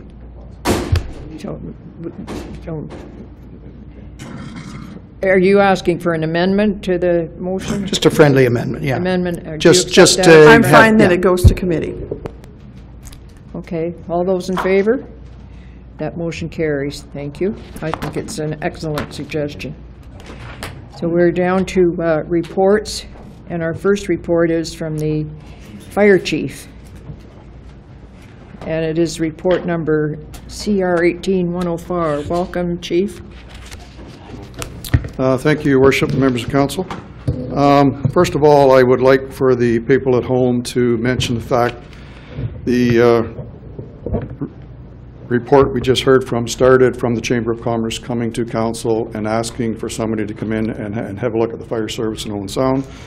I'd like to comment on Andy and his crew, how easy they were to work with. I think they came in and they did a very good job. They talked to members of the public, they talked to business owners, they talked to our staff, they talked to City Hall staff and firefighters. So I think they covered all the bases that they could possibly cover, and so I give them credit for that. So the recommendation that I'm asking for council, that in consideration of staff report CR 18-104, respecting the fire service assessment completed by KCB Incorporated, City Council directs the City Manager and Fire Chief to make best efforts to implement the recommendations contained in the KCB Incorporated assessment. And I will just add a note to that. Due to the limited amount of time for council to read this report and develop questions relating to information received and time for public response to this report, we suggest that this vote may be put off till August 13th meeting. Again, that is an option for you to consider. The recommendation is the first part that we would like, and the option is the second part if you would like more time to dig into this and ask questions. Okay. Councillor O'Leary. Well, I'd be happy to move forward with the recommendation. I won't move it at this point. I'll see what the rest of council thinks. But, you know, we've been through service review already, and we all found that during service review that the #1 priority for our taxpayers is to do something with our emergency services cost. So there's no surprises in this. There's nothing that we can go back and talk to taxpayers about. This is a recommendation that should go forward. Whether it go tonight or 2 weeks from now doesn't matter to me. Councillor Lemon. Well, this is sort of like a merry-go-round. We've been getting to this point for a number of years. The fact is the current service sustainable? No. If increases in wages continue at the present rate, the city will be filing for bankruptcy, I think. So I think we should go ahead with it. I think the reduction, for instance, of the men on the floor from 5 to 4 would have a huge difference. And the one thing I think we would approach that in a very humane way, using attrition when people retire, just not replacing them. But first we need to get in place the ability to go to 4. And I think that's a huge thing. I believe that we have to do things differently. It's not the old days. It's costing a huge amount of money. Emergency services are, I don't know, about close to 50% of our budget, I think. It's humongous, and we have to contain the costs. I'm not suggesting we reduce cost or wage the hourly rate. I'm suggesting we just have less people taking home that much money. Thank you. Did you put a motion on the floor, Councillor O'Leary? I would move that recommendation, yes. This one that's in the report? Correct. Okay, thank you. Councillor Gregg. Well, I was going to move recommendation 1, and I see no problem with this coming back to council August 13th as a report. It was an excellent report we got tonight, but in 3.5 years at times, and I think this is a good example, there is no harm in having a couple weeks to digest the information. There is not a rush that this vote has to be made tonight, and I think the chief expressed that well. So the motion as is, I won't support. But I was going to move it separately, 1 and 2. Okay, thank you. Yes. Through you, Acting Mayor, I just want to confirm what the actual motion is. The chief has suggested the motion that's listed up on the screen, which is slightly different from the one in the report. I think the motion is, I don't think the motion is the one that's on the screen. I believe it is. Would you like me to just read it out again for clarity? Please read it out. City Council directs the city manager and fire chief to make best efforts to implement the recommendations contained in the KCB Inc. assessment report. Okay, is that the motion you're moving, Councillor O'Leary? Correct. Okay, thank you. We all, yes, Councillor Thomas. Well, I'd certainly support moving that over to August the 13th. It is a dense report filled with information. Now, we've had lots of information over the years, but, you know, I would agree with Councillor Gregg that 2 more weeks is not going to make a big difference in terms of what the decision is, but it will give a better chance to completely digest what's contained in the report and make an informed decision. Okay. Anyone else? Councillor Kepke. It just seems, I'm certainly in favor of voting on it now. Excuse me. It seemed like a lot of people had questions tonight that were answered, that were in the report, and I don't know what another 2 weeks is going to do to that, so. Okay. Anyone else? Councillor Lemon. You know, we've been battering around the problem of fire costs for many, many years. Here is a comprehensive, well-done report with all the information. I don't need another 2 weeks to study it. We know we want the saving, period. End of story. We know our ratepayers want the saving. We can't afford the route we're going. Okay. Anyone else? Councillor Dodd. Thank you, Deputy Mayor. With this new recommendation, would that also be taking a look at the best efforts to implement some of those efficiencies as well, recommendations? Through your worship, I would say yes. And again, Andy did touch on a lot of these things that he mentioned are already in process, okay, or have already been talked about. So again, we can certainly bring them up again, but an awful lot of the stuff, yes, is in motions. Okay, great. Thank you. Anyone else? I'll call the question. All those in favor? That motion carries. Okay, thank you, Chief. Good luck. Okay. Did we receive the report? To receive it?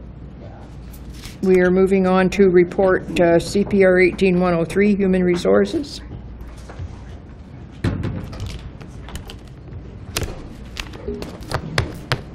Thank you, Madam Chair.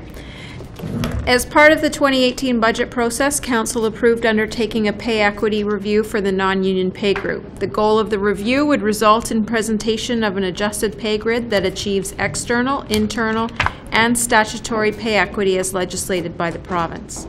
The recommendation tonight is that Council approve the amended non-union pay grid as presented for a total cost of $76,450.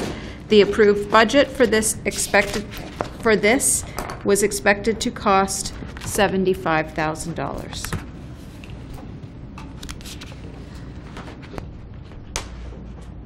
Okay, Councillor Thomas. I'd move that recommendation.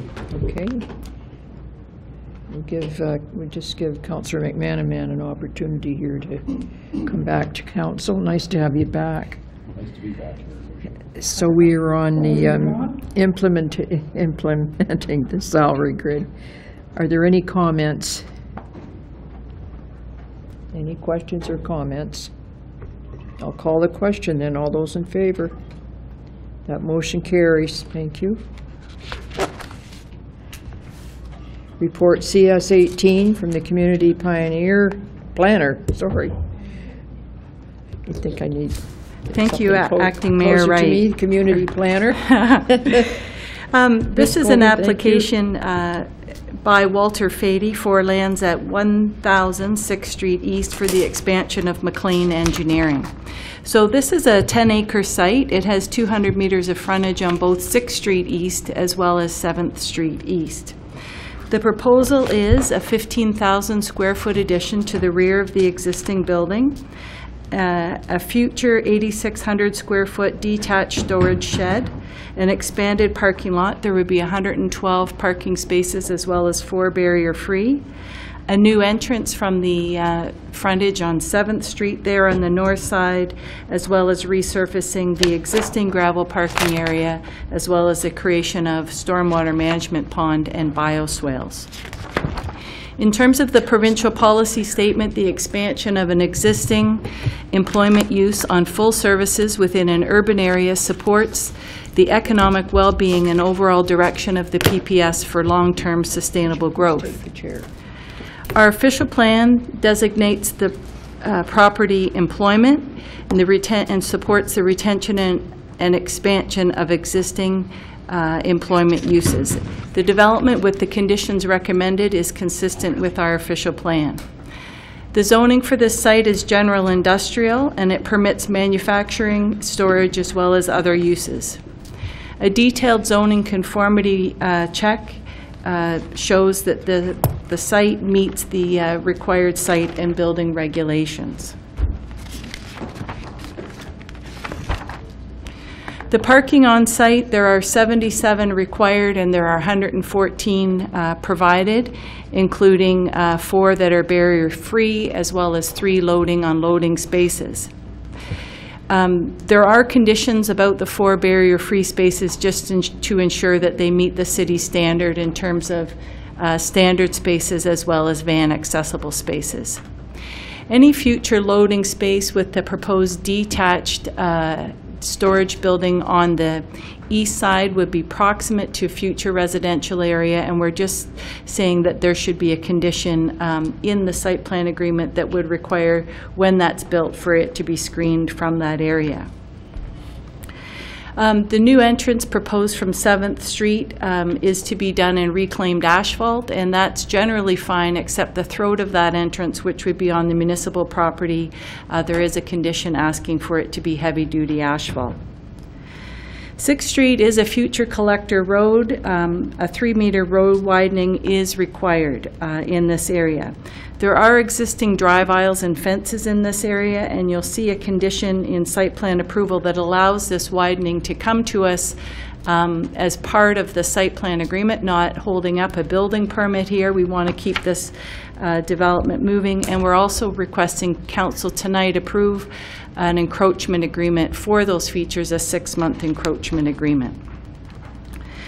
So also in terms of that 6th Street, there is no sidewalk on the north side of 6th Street, and a capital contribution is recommended as a condition for a future sidewalk or multi-purpose lane on 6th Street. Engineering and Gray Sauble are both recommending some changes to the stormwater and grading and drainage plan, which can be achieved, and those changes have been shared with the engineering consultant for the owner. So the recommendation is that council would approve the site plan by Walter Fady, last revised June 12th, subject to the conditions outlined in Appendix A, that you would authorize a bylaw allowing the mayor and clerk to execute the site plan agreement, and that you would authorize a 6-month encroachment agreement for those existing features on 6th Street, and request staff to bring forward a bylaw to allow the mayor and clerk to authorize that agreement as well. Thank you, Ms. Golder. We've got an opportunity here to speak to a very good news story. I'd like to note that this was just presented to staff as in the report June 13th, so it's moved right along. About a year ago, several councillors got an opportunity to attend McLean Engineering and learn and expand their knowledge on that business. So an excellent report and opportunity here in our community. Anybody wish to speak to that tonight? Councillor Kepke? Thank you very much. You're right, it certainly is a good news story, and we're happy to see this business expanding. So I'm certainly happy to move the recommendation in the report. Any further discussion? Peter? Yeah, I'm a little puzzled about this sidewalk requirement. There's no sidewalk on the other part of that street, just 6th Street from 9th Avenue in easterly direction. Through you, Your Worship, there was a sidewalk built on the east side of 9th Avenue. I'm trying to think if there's a sidewalk on the south side of 6th Street, but it is a future collector road. It will connect right through the Millman lands to the Red Hawk lands. It's going to be a very important road.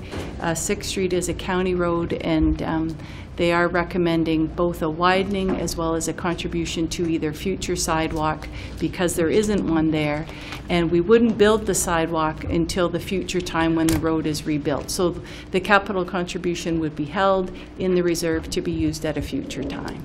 But only for sidewalk on that street. Well, we need the jobs. I really not worrying about the sidewalk, but I will support. Anyone else? Call the question then. All those in favor? That carries. Thank you. And the next one is yours too. Thank you.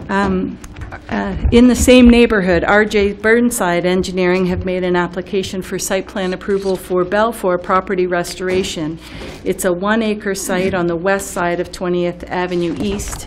If you're familiar with that neighborhood, it's across the street from the Miller paving site.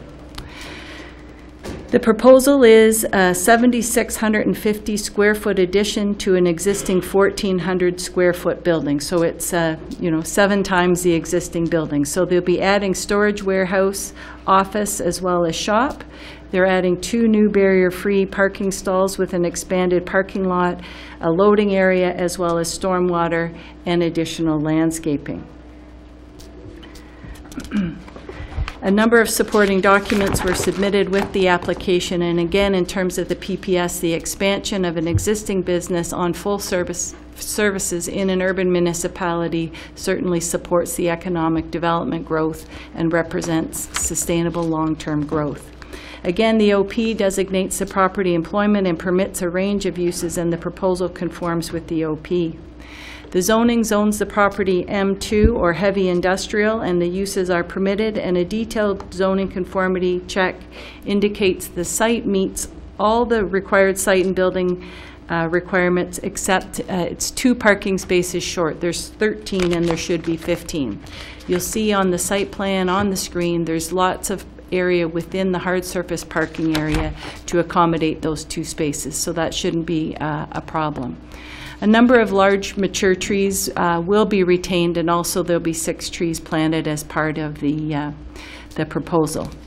There's 2 barrier-free parking spaces proximate to the building, abutting an existing asphalt driveway, and there is a condition recommending the use of bollards to protect those spaces, as everything's at grade. There's not a curb face or a curb there that would prevent cars from entering onto that walkway. The recommendation is then that council approve the site plan by R.J. Burnside, that you would pass a bylaw authorizing the mayor and clerk to execute the site plan agreement, and that upon registration of the new agreement, this site was originally developed, I think, in 1988 under a site plan agreement, and a certificate of compliance issued, so that agreement would be removed from title. Thank you very much. Would someone move the recommendation, please? Thank you, Councillor Lemon. Questions? Councillor McManamon. Not a question, Your Worship, just a comment. So the last report was a 15,000 square foot addition to an industrial building. This one's a 7,600 square foot building addition. I just think it's important to highlight again, not only is that construction dollars in the community, it is expansion of businesses in the community, expansion of the tax base, expansion of jobs. So it's a really good news. And I would also just highlight, sometimes we do talk about bureaucratic holdups, if we'll call them that, with some developments. This one was also June 11th and is here for approval in mid-July. So I think, again, that's a pretty good timeline. So just wanted to highlight that. That's very nice. Thank you. Any questions or further comments? All those in favor then? That motion carries. Thank you. The next one is the, again, Pam, the Community Planner Township of Georgian Bluffs draft. Thank you. The Township of Georgian Bluffs Bluffs is currently undertaking a new zoning bylaw, and through Community Services Committee, Council had endorsed previous comments that were shared with the county and the township. On July 6th, the city received the notice of an upcoming public meeting that would be August 1st, and due to the timing of the meeting, our committee and council schedule, we're bringing the report directly to council as opposed to through committee. The analysis has focused mostly on the policy framework provided in City Policy CS81, which is the policy and procedure respecting planning notices. So our comments focus on things like servicing, stormwater management, long-term environmental impact, traffic, etc. The structure of this report is very much like the previous report, with a comment and then an update to that comment based on the new draft 3 of the Georgian Bluff zoning bylaw. So there's 13 pages of comment, so I'll just highlight a few things for you. And one of the comments relates to the previous Georgian Shores subdivision. The city had appealed that, and there were special provisions in the Ontario Municipal Board decision from 2011, and we're just asking that those special provisions be carefully carried forward in the new zoning bylaw. A few weeks ago, Council had considered comments on behalf of the city with respect to a zoning bylaw amendment in the Sunset Strip area. The zoning bylaw draft includes that zoning, and we're just asking that they let that process run its course and before they presume that that zoning would be in place for that lot. There are policies in the new zoning bylaw for Georgian Bluffs with respect to special events and major special events, which could be between 1,000 and 3,000 people. It would now be permitted in all residential zones. It could happen 2 times a year, up to 10 days, and they've removed from the zoning bylaw the criteria with respect to traffic, servicing, etc. And we're just suggesting that noise and traffic and servicing impacts on the neighboring properties as well as the neighboring municipality may be a valid consideration. And they're moving to maybe a special event or a major special event permit, and input from neighbors and neighboring municipalities may be advisable. The minimum lot area in the agricultural zone was 40 hectares or 100 acres. It's now 20, and as per the draft county official plan, we're suggesting they should move that back to 40 hectares or 100 acres. Starting on page 9, there's several comments with respect to zone provisions and lot size. Sometimes they contemplate partial or full services. Often they'll leave off full services, and we just think particularly, in the East Linton Cobble Beach area, it should provide an option for full services. In terms of the Sunset Strip area, they have added certain uses to that C4 zone that may not be consistent with the county official plan with respect to the type of uses for that Springmount area, things like assembly hall, banquet halls that wouldn't be considered dry in nature. So we're asking them to review those permitted uses with respect to the city's comment and the county's draft recolor gray. So the recommendation is that you would receive the report and direct staff to send the report to the township and the county as our preliminary comments on draft 3 of the zoning bylaw, and request notice of future drafts, public meetings, or decisions of the township with respect to the comprehensive zoning bylaw. Okay, thank you very much, Pam. And just a quick question. The public meeting that's coming up August 8th, is Margaret presenting at that? Are her concerns going to be presented at that? I don't think staff would do a formal presentation. Staff have certainly been talking back and forth, but we would send the report and certainly be available for staff or the consultant to answer any questions. Okay, thank you. So could I have a mover of this, to move this recommendation, please? Councillor Dodd? Yes? Thank you, Deputy Mayor Wright. I will move that recommendation. Okay, thank you very much. Any comments from anyone? Okay. All those in favor? That carries. And thank you very much for your work on this, your staff's work on this for your department. Thank you. We're down to 12 F, report CF from the Director of Community Services, re-agreement of purchase and sale. Thank you. The city had received an offer for lands listed in the industrial park. They are located on the south side of 23rd Street East. They have 55 meters of frontage and 2.36 acres in land area. There's a prescribed process for land sales under our bylaw. We have to give notice, which was done. The lands have to be declared surplus, and that was done. There is a survey, and the lands were listed at a price of $69,000, and no further appraisal was required. At your closed meeting on June 25th, Council considered an offer and provided direction that we sign back the offer accepting the price subject to legal review and compliance with our land sale bylaw.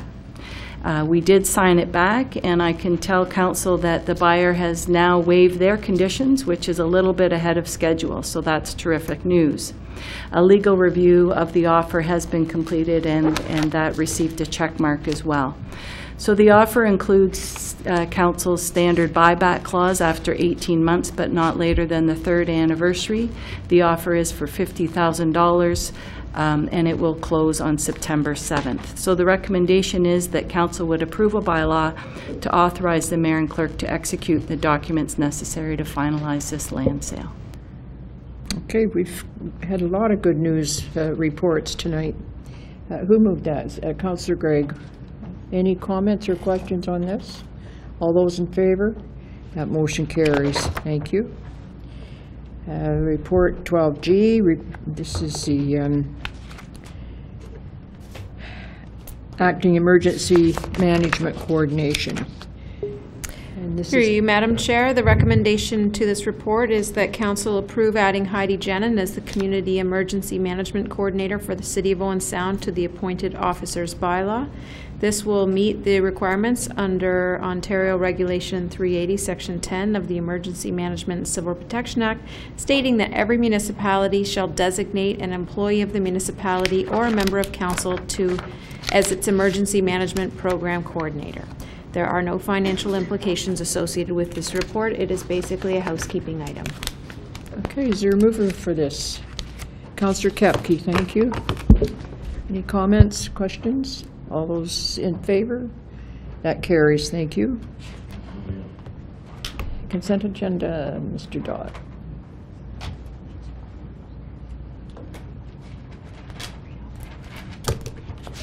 Okay. Through you, Acting Mayor, on the consent agenda this evening are 2 sets of minutes for receipt from the DIA Board. Several businesses have received final approval, including Albright Trucking at 248 9th Avenue East, First Avenue West Bed and Breakfast at 1000 First Avenue West, Lori Ann K.E. Caswell Designs, a home occupation at 300 2nd Avenue East, Mudtown Station Brewery and Restaurant at 1198 First Avenue East, and a hawker and peddler license for the 2018 Emancipation Festival. Lastly, there's correspondence received, which is presented for the information of council. A full listing is available at 13C. Okay, thank you. Thank you, Deputy Mayor Wright. Move by myself that City Council receives items 13A to 13C on the consent agenda dated July 23rd, 2018. All those in favor? That motion carries. So there are some minutes there. The DIA Board, Councillor Kepke. Thank you. First, in the May 30th DIA minutes, I wanted to just highlight a few points. We received a deputation from Jackie Fertner, and Jackie is a member of the DIA Board, just newly elected as the Vice Chair, and she gave her own time to go to the OBIAA conference and gave us some highlights from some of the presentations there. The highlights being that the downtown needs to generate positive attitudes about the community. People need to be downtown to draw businesses to the area. Beautification is important and should be an investment that is shared by the whole community, and that we need to find a way to make downtown Owen Sound a place that people want to come to. So Council did receive a bit of that presentation as well as the Economic Development Committee. There was some discussion about the Summer Street Fest and the Hottest Street Sale, as well as the First Friday in the downtown area. Highlighting the 150 hours of foot patrol was taken by the Owen Sound Police Services in the downtown. There was a status update by our Director of Community Services regarding the Downtown Revitalization Project, and she presented a spreadsheet and updated the board on the status of the action items of that project. There was, and I will give you a bit more detail of this in the next set of minutes, but there was a discussion regarding a proposal, I should say, on complementary parking and establishing the Owen Sound Downtown Improvement Area with the maintenance agreement and the basis of the complementary parking proposal being presented by the city. The board requested that the city manager bring a report to the June meeting regarding the strategy that will be conducted to present this proposal and timing and membership and implementation, etc. From the June minutes, there was police services reported 124 hours of foot patrol in the downtown area, as well as discussion regarding the safe exchange zone that was created in the small parking lot next to the police station. So this is where if people are buying or selling on Kijiji, etc., they can go to a safe zone and exchange their items there, as opposed to maybe something that's not so safe. There was discussion about reaching out to the Canadian Mental Health Association and inviting their staff to attend a board meeting of the DIA to discuss strategies in dealing with any downtown issues that might arise. The downtown parking proposal, the city manager did present a report respecting complementary parking and support from the city of the DIA. Recommendation will be made to council to increase the direct support for maintenance in the downtown core by increasing the budget beginning in 2019. There was a motion approved that a public open house would take place, I believe it's August 30th, and 5:30 p.m., and I think it's going to be at the Bay Shore. And that will be for anyone wanting to comment on complementary parking.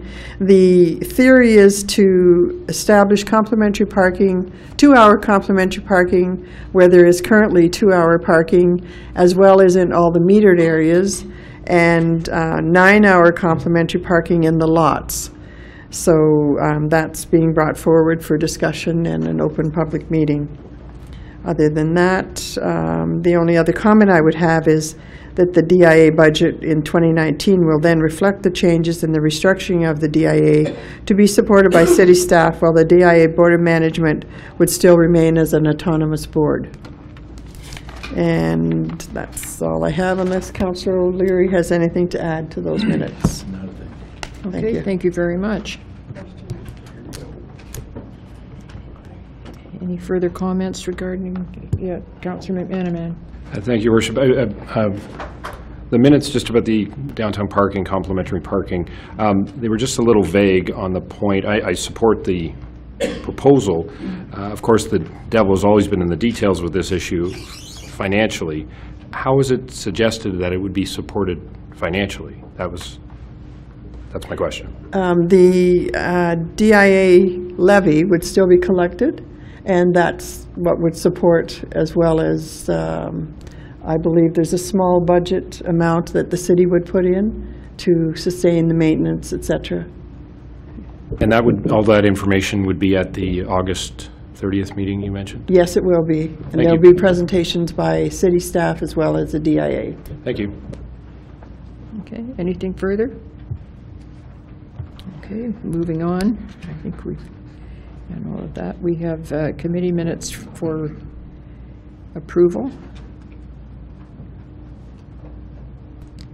There were two sets. 14A is the minutes of community services. Councillor McManaman. Thank you, Deputy Mayor Wright. Meeting of July 18th, a few matters we dealt with. The first one is the Retail and Commercial Policy Review Final Report.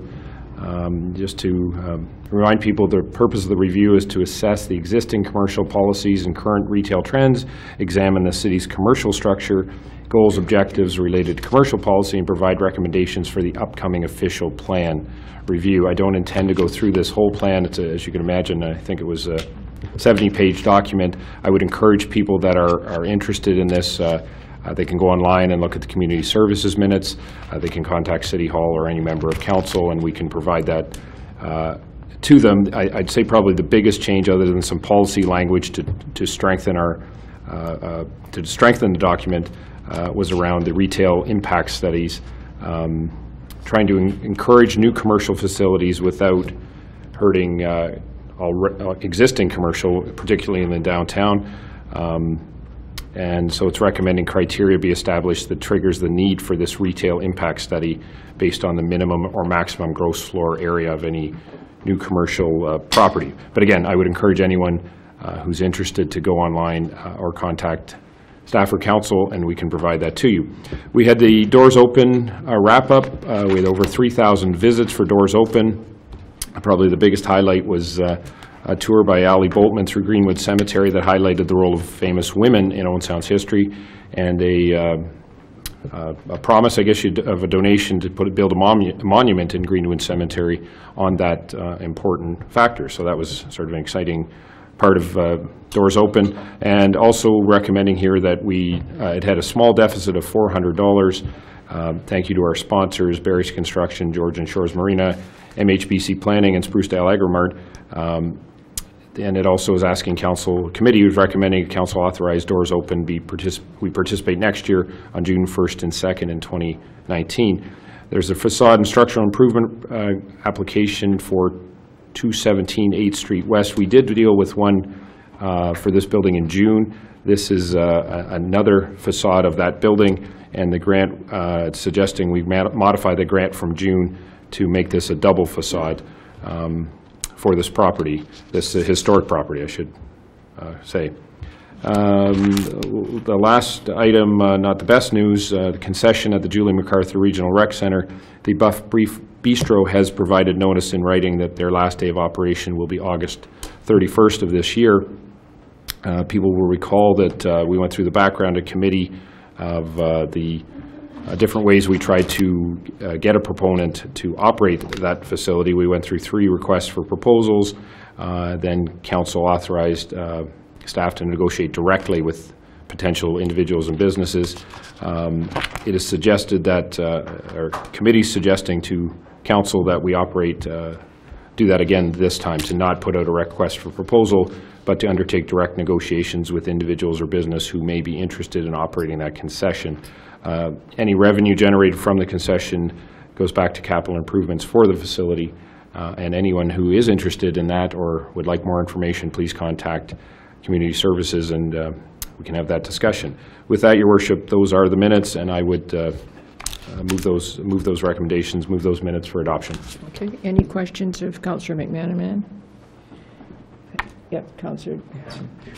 Thanks, Deputy Mayor Bai. Deputy Mayor Wright. Quite a night.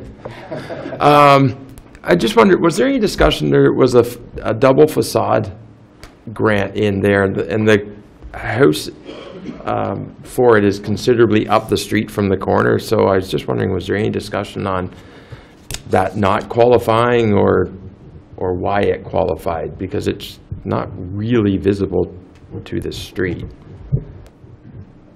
I will look to staff, but I think the pictures we saw, there is a large laneway there, and it was felt that this building was visible, and it was I suppose it's subjective whether you think it should be a double facade or not. I think the main rationale was this is a designated home, I believe, a historic designated home, and so if we can help the preservation of this building, being somewhat encouraging with the definition, I guess I'd say, but it certainly is visible from the street, both facades. Committee felt that it met the criteria. Thank you. Okay. Anyone else? Okay, all those in favor of receipt of the minutes? Thank you. It's carried. Move on to Councillor Gregg. You have the operation committees. Oh, I'm sorry. Councillor Leary. Thanks, Acting Mayor Wright. We began with a public meeting. John Slocum of GM Blue Plan did a presentation on the 10th Street Bridge replacement.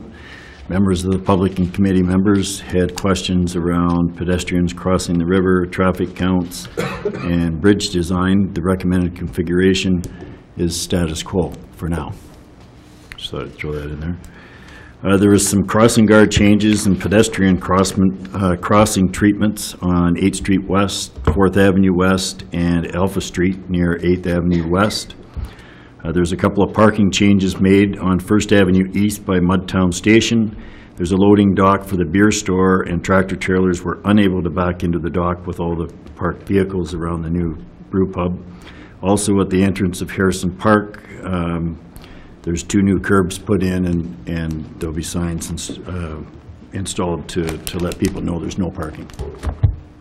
Committee has decided to postpone any changes to the operation of the traffic signals on 10th Street and 2nd Avenue East until after the bridge is replaced. Dennis Kafalis will meet with the DIA to develop a destination signage program to focus attention on the downtown. Transit update, committee has reduced the cost of the student passes to $35 a month from September 2018 to June 2019, and to further reassess the discount program in 2019. And with that, I'll move approval of those minutes. Okay. Any questions of Councillor Leary? Councillor Lemon. Yes, Your Worship. One of the things, the pedestrians that currently cross at 10th Street, have we considered the possibility of a pedestrian bridge north of 10th Street and south of where the Chi-Chi-Mon docks?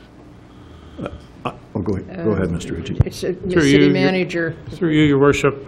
We've been approached by a group that certainly is known to council and citizens, and we're looking at that. But at this time, there is, as staff, we're concentrating on the 10th Street Bridge. But certainly, we have a group that is willing to work with us in the future on a footbridge. I think it'd be a wonderful idea.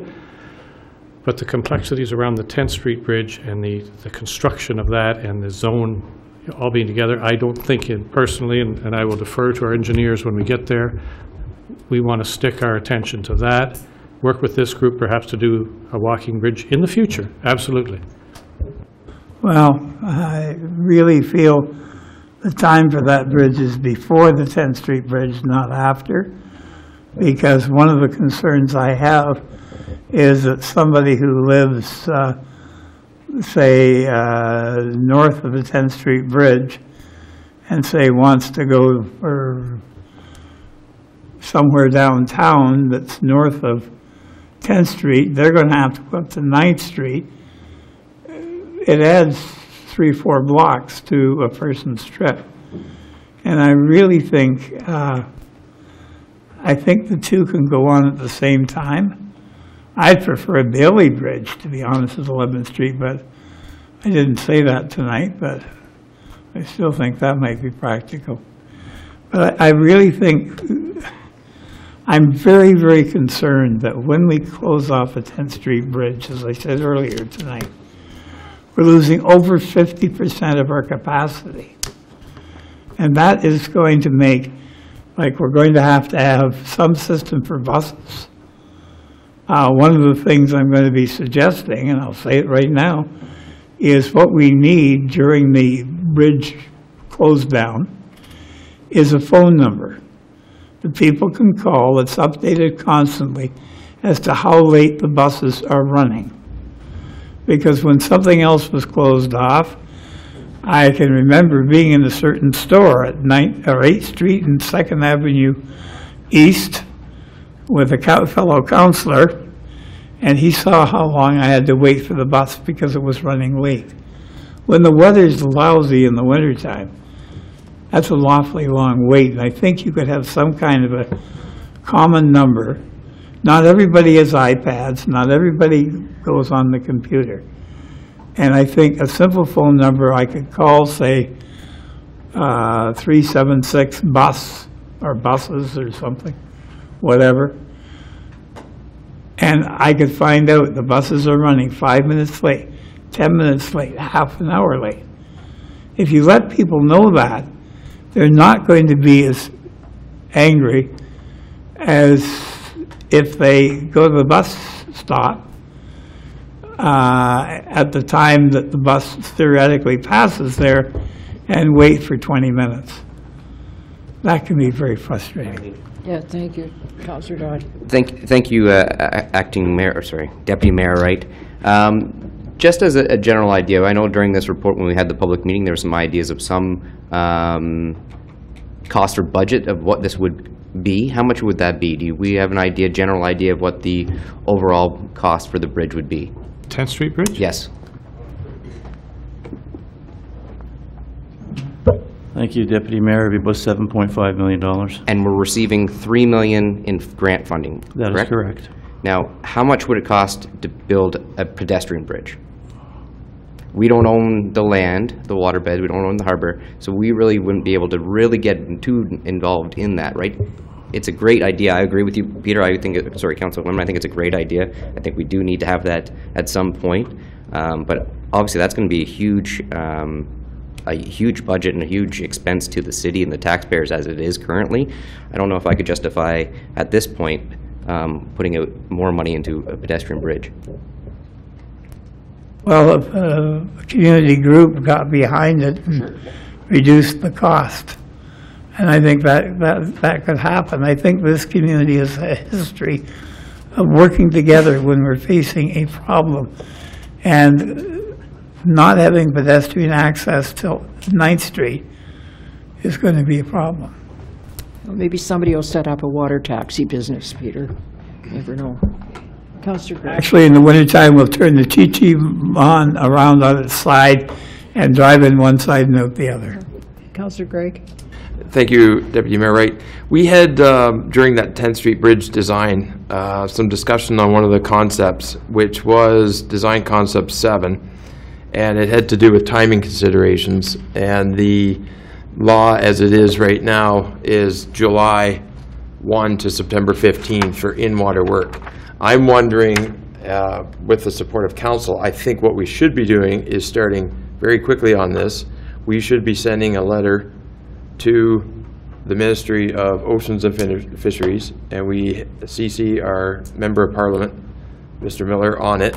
And this is something that is indeed the exact reason you elect these officials and you have them there, is to roll up their shirt sleeves and get to work early on this. There will be an election next year, and undetermined where it will go, but this is something I think that the sooner you get cracking on it, get that information there, get a Member of Parliament to try to progress that and extend that window for us is an absolute necessity. You know, the worst they can say is no, but you're here to do hard work, and he's there to do hard work and lobby on our behalf, and this is a very unique scenario where this bridge is going in, and I don't think we should be held to some, you know, universal, everyone's the same treatment here. This has the potential to be very disruptive to our downtown, to our transit, to a great many things, to our fire services. So I think we should be constructing a letter requesting that this be considered and that window be extended for the in-water work. City Manager. Yeah, thank you, Your Worship. At a staff level, Mr. Kafalis tells me we've already had those conversations, and staff with the ministries are assisting us in how we would approach this. So certainly, when we feel a letter is required preemptively, we absolutely would be coming forward with that. But at staff level, we've already started those discussions. And I know a lot of planning is going into this from our committee meetings and from staff. There's a lot of planning. Okay, thank you. We did vote on, okay, call the question. All those in favor? That motion carries. Thank you. Where there are no postponed, no down. We are down to other business. Councillor Lemon. Yes, Your Worship. Talking about writing our MVP and MP, this is an issue we should be. Currently, the city of Owen Sound has a gas price which is 10 cents a liter more than in Meaford, Collingwood. Barrie. And also to the south of us, the same thing. We're one of the highest, if not the highest price for gas in Ontario. It's been that way now for about 6 weeks. This doesn't affect the city budget because we pay, I believe, a rack price in Toronto. But it does affect our ratepayers. 10 cents a liter. That's 44 cents a gallon, for those of us who still remember what a gallon is. And I believe that the oil companies are once again victimizing this area. They did it a number of years ago, and we wrote a letter to our MP and MPP, and lo and behold, the price became rational again with the rest of Ontario. But why would gas in Owen Sound cost 10 cents a liter more than Meaford? Now, we're closer to the refinery than Meaford is. So if anything, it should be the other way around, not that much though. But I am going to make a motion that we send a letter to our MP and to our MPP both, saying, look at the gas prices in our area, and it's unfair that the ratepayers of Owen Sound are footing a bill of an extra 10 cents a liter on the cost of gasoline. I'm all for conservation, but 10 cents a liter is hurting a lot of people. And obviously it's hurting the people with limited incomes who drive to work the most. So Do you want to make that a notice of motion, Peter? I don't think, does that need to be a notice? I think it needs to be a notice of motion, according to my clerk. Why would it need to be a notice of motion when it's requesting a letter? It's not requesting an action. It's not requesting money or anything like that. It's requesting the use of staff time, and this isn't, notice of this motion hasn't been provided on the agenda, so the public hasn't been provided an opportunity to comment on this topic. Yeah, well, I think most of the public is going to be on our side. In that case, I will give a notice of motion that I intend to cause to move or have cause to have moved a motion Just requesting. write it down, Peter. We'll call on you at the right time. All right. Okay, thank you. Councillor Dodd. Thank you, Deputy Mayor Wright. So I have two additional pieces of business today. One, I know we were dealing with a staff-delegated site plan for Belwick Packaging. And I was just wondering if we could get a little bit of an update on that from the Director of Community Services. Thank you. Through you, Acting Mayor Wright, Belwick has also applied for site plan approval for about an 805 square meter addition to their plant on 8th Street East. It's a 4,200 square meter plant. Because of the size of the addition and the existing building, staff are able to approve that. We circulate it to council. It's a staff delegated site plan approval, and I think it's I haven't seen or signed the report yet, but I know it's close to being ready. So that would bring to 3 the number of industrial expansions, certainly the first time in a lot of years that I can remember anything like that. Great. Thank you for that update, Ms. Coulter. So I just wanted to make a quick little comment about that. So we've already approved 2 site plans today. The Balfour Construction, which was a building addition of 7,656 square feet. McLean Engineering, which was an addition to 14,951 square feet. And then together with this one, which was for Belwick, was 8,665 square feet. Together adding, that is 31,272 square feet of industrial space being with that expansion. So I think that together, that means new jobs, new investment, new assessment, which is growth, which is a tremendously good news for the community. I think it also kind of opens up that Owen Sound is open for business. We are seeing this through the expansion of 3 of our employers. For those of you who didn't know, in the 2018 tax year, we did lower our industrial and commercial tax ratios to be more competitive on that. And also, we've had an increased economic development with Grey County. So I think all those things go together. We've been able to see some of this growth that we are seeing on some of this infill lot, which is absolutely amazing. I would also like to take this time to say thank you to the city's development team and all their agency partners. The timeline to circulate these applications, get comments, write reports, and get it to council has been very fast. We know that Balfour was done in 19 days, McLean was done in a month and a half, and then with Belwick Packaging, we know that's been done through staff currently and is on its way to be done. So I just wanted to really bring out that one. That's great to hear about Belwick moving as forward as it is, and overall it's a great story to know that there's 31,272 square footage of industrial space that'll be added. The second one I wanted to bring up, I know it's not as a happy one. I want to send condolences to Brian Gibbons' family. Brian Gibbons was a former committee member, sat on Parks and Recreation, and he passed away rather recently. And I just thought, as him doing his service to what he had done for the city and the years that he had been on committee, that we owed him to send his family some condolences. So those would be my two. Thank you. Thank you. Councillor Thomas, you had something. Thank you. Something Councillor O'Leary said jogged my memory, and I forgot to notify you at the start. Just a very quick thing.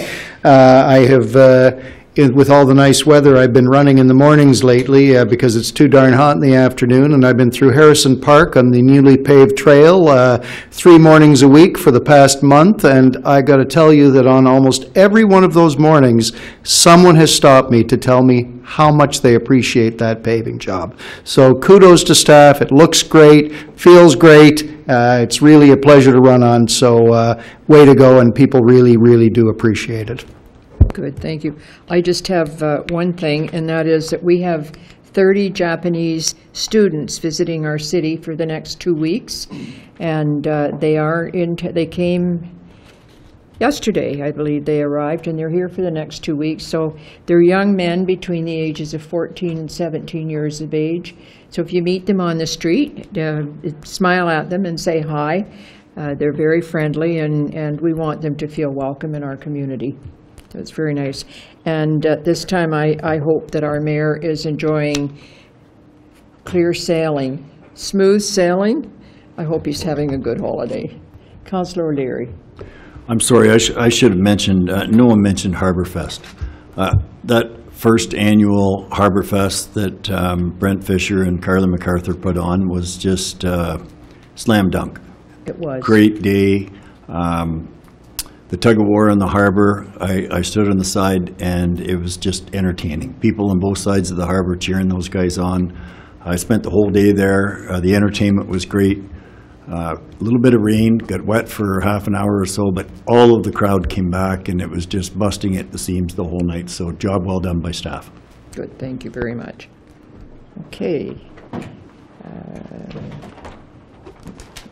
Notice of motion. Thank you, Deputy Mayor Wright. Moved by myself that the Committee of the Whole rise and report. All those in favor? That motion carries. Thank you. Motion to adopt proceedings. Thank you. It's next. It's not after that yet, one. Peter. I'll call you. Thank you, Deputy Mayor Wright. Moved by myself, seconded by Councillor Lemon, that the action taken in Committee of the Whole considering public meetings, deputations and presentations, public question period, matters arising from correspondence, reports of city staff, consent agenda, committee minutes, matters postponed, motions for which notice was previously given, and additional business be confirmed by this council. Okay, all those in favor? That carries. Now, notices of motion. Councillor Lemon.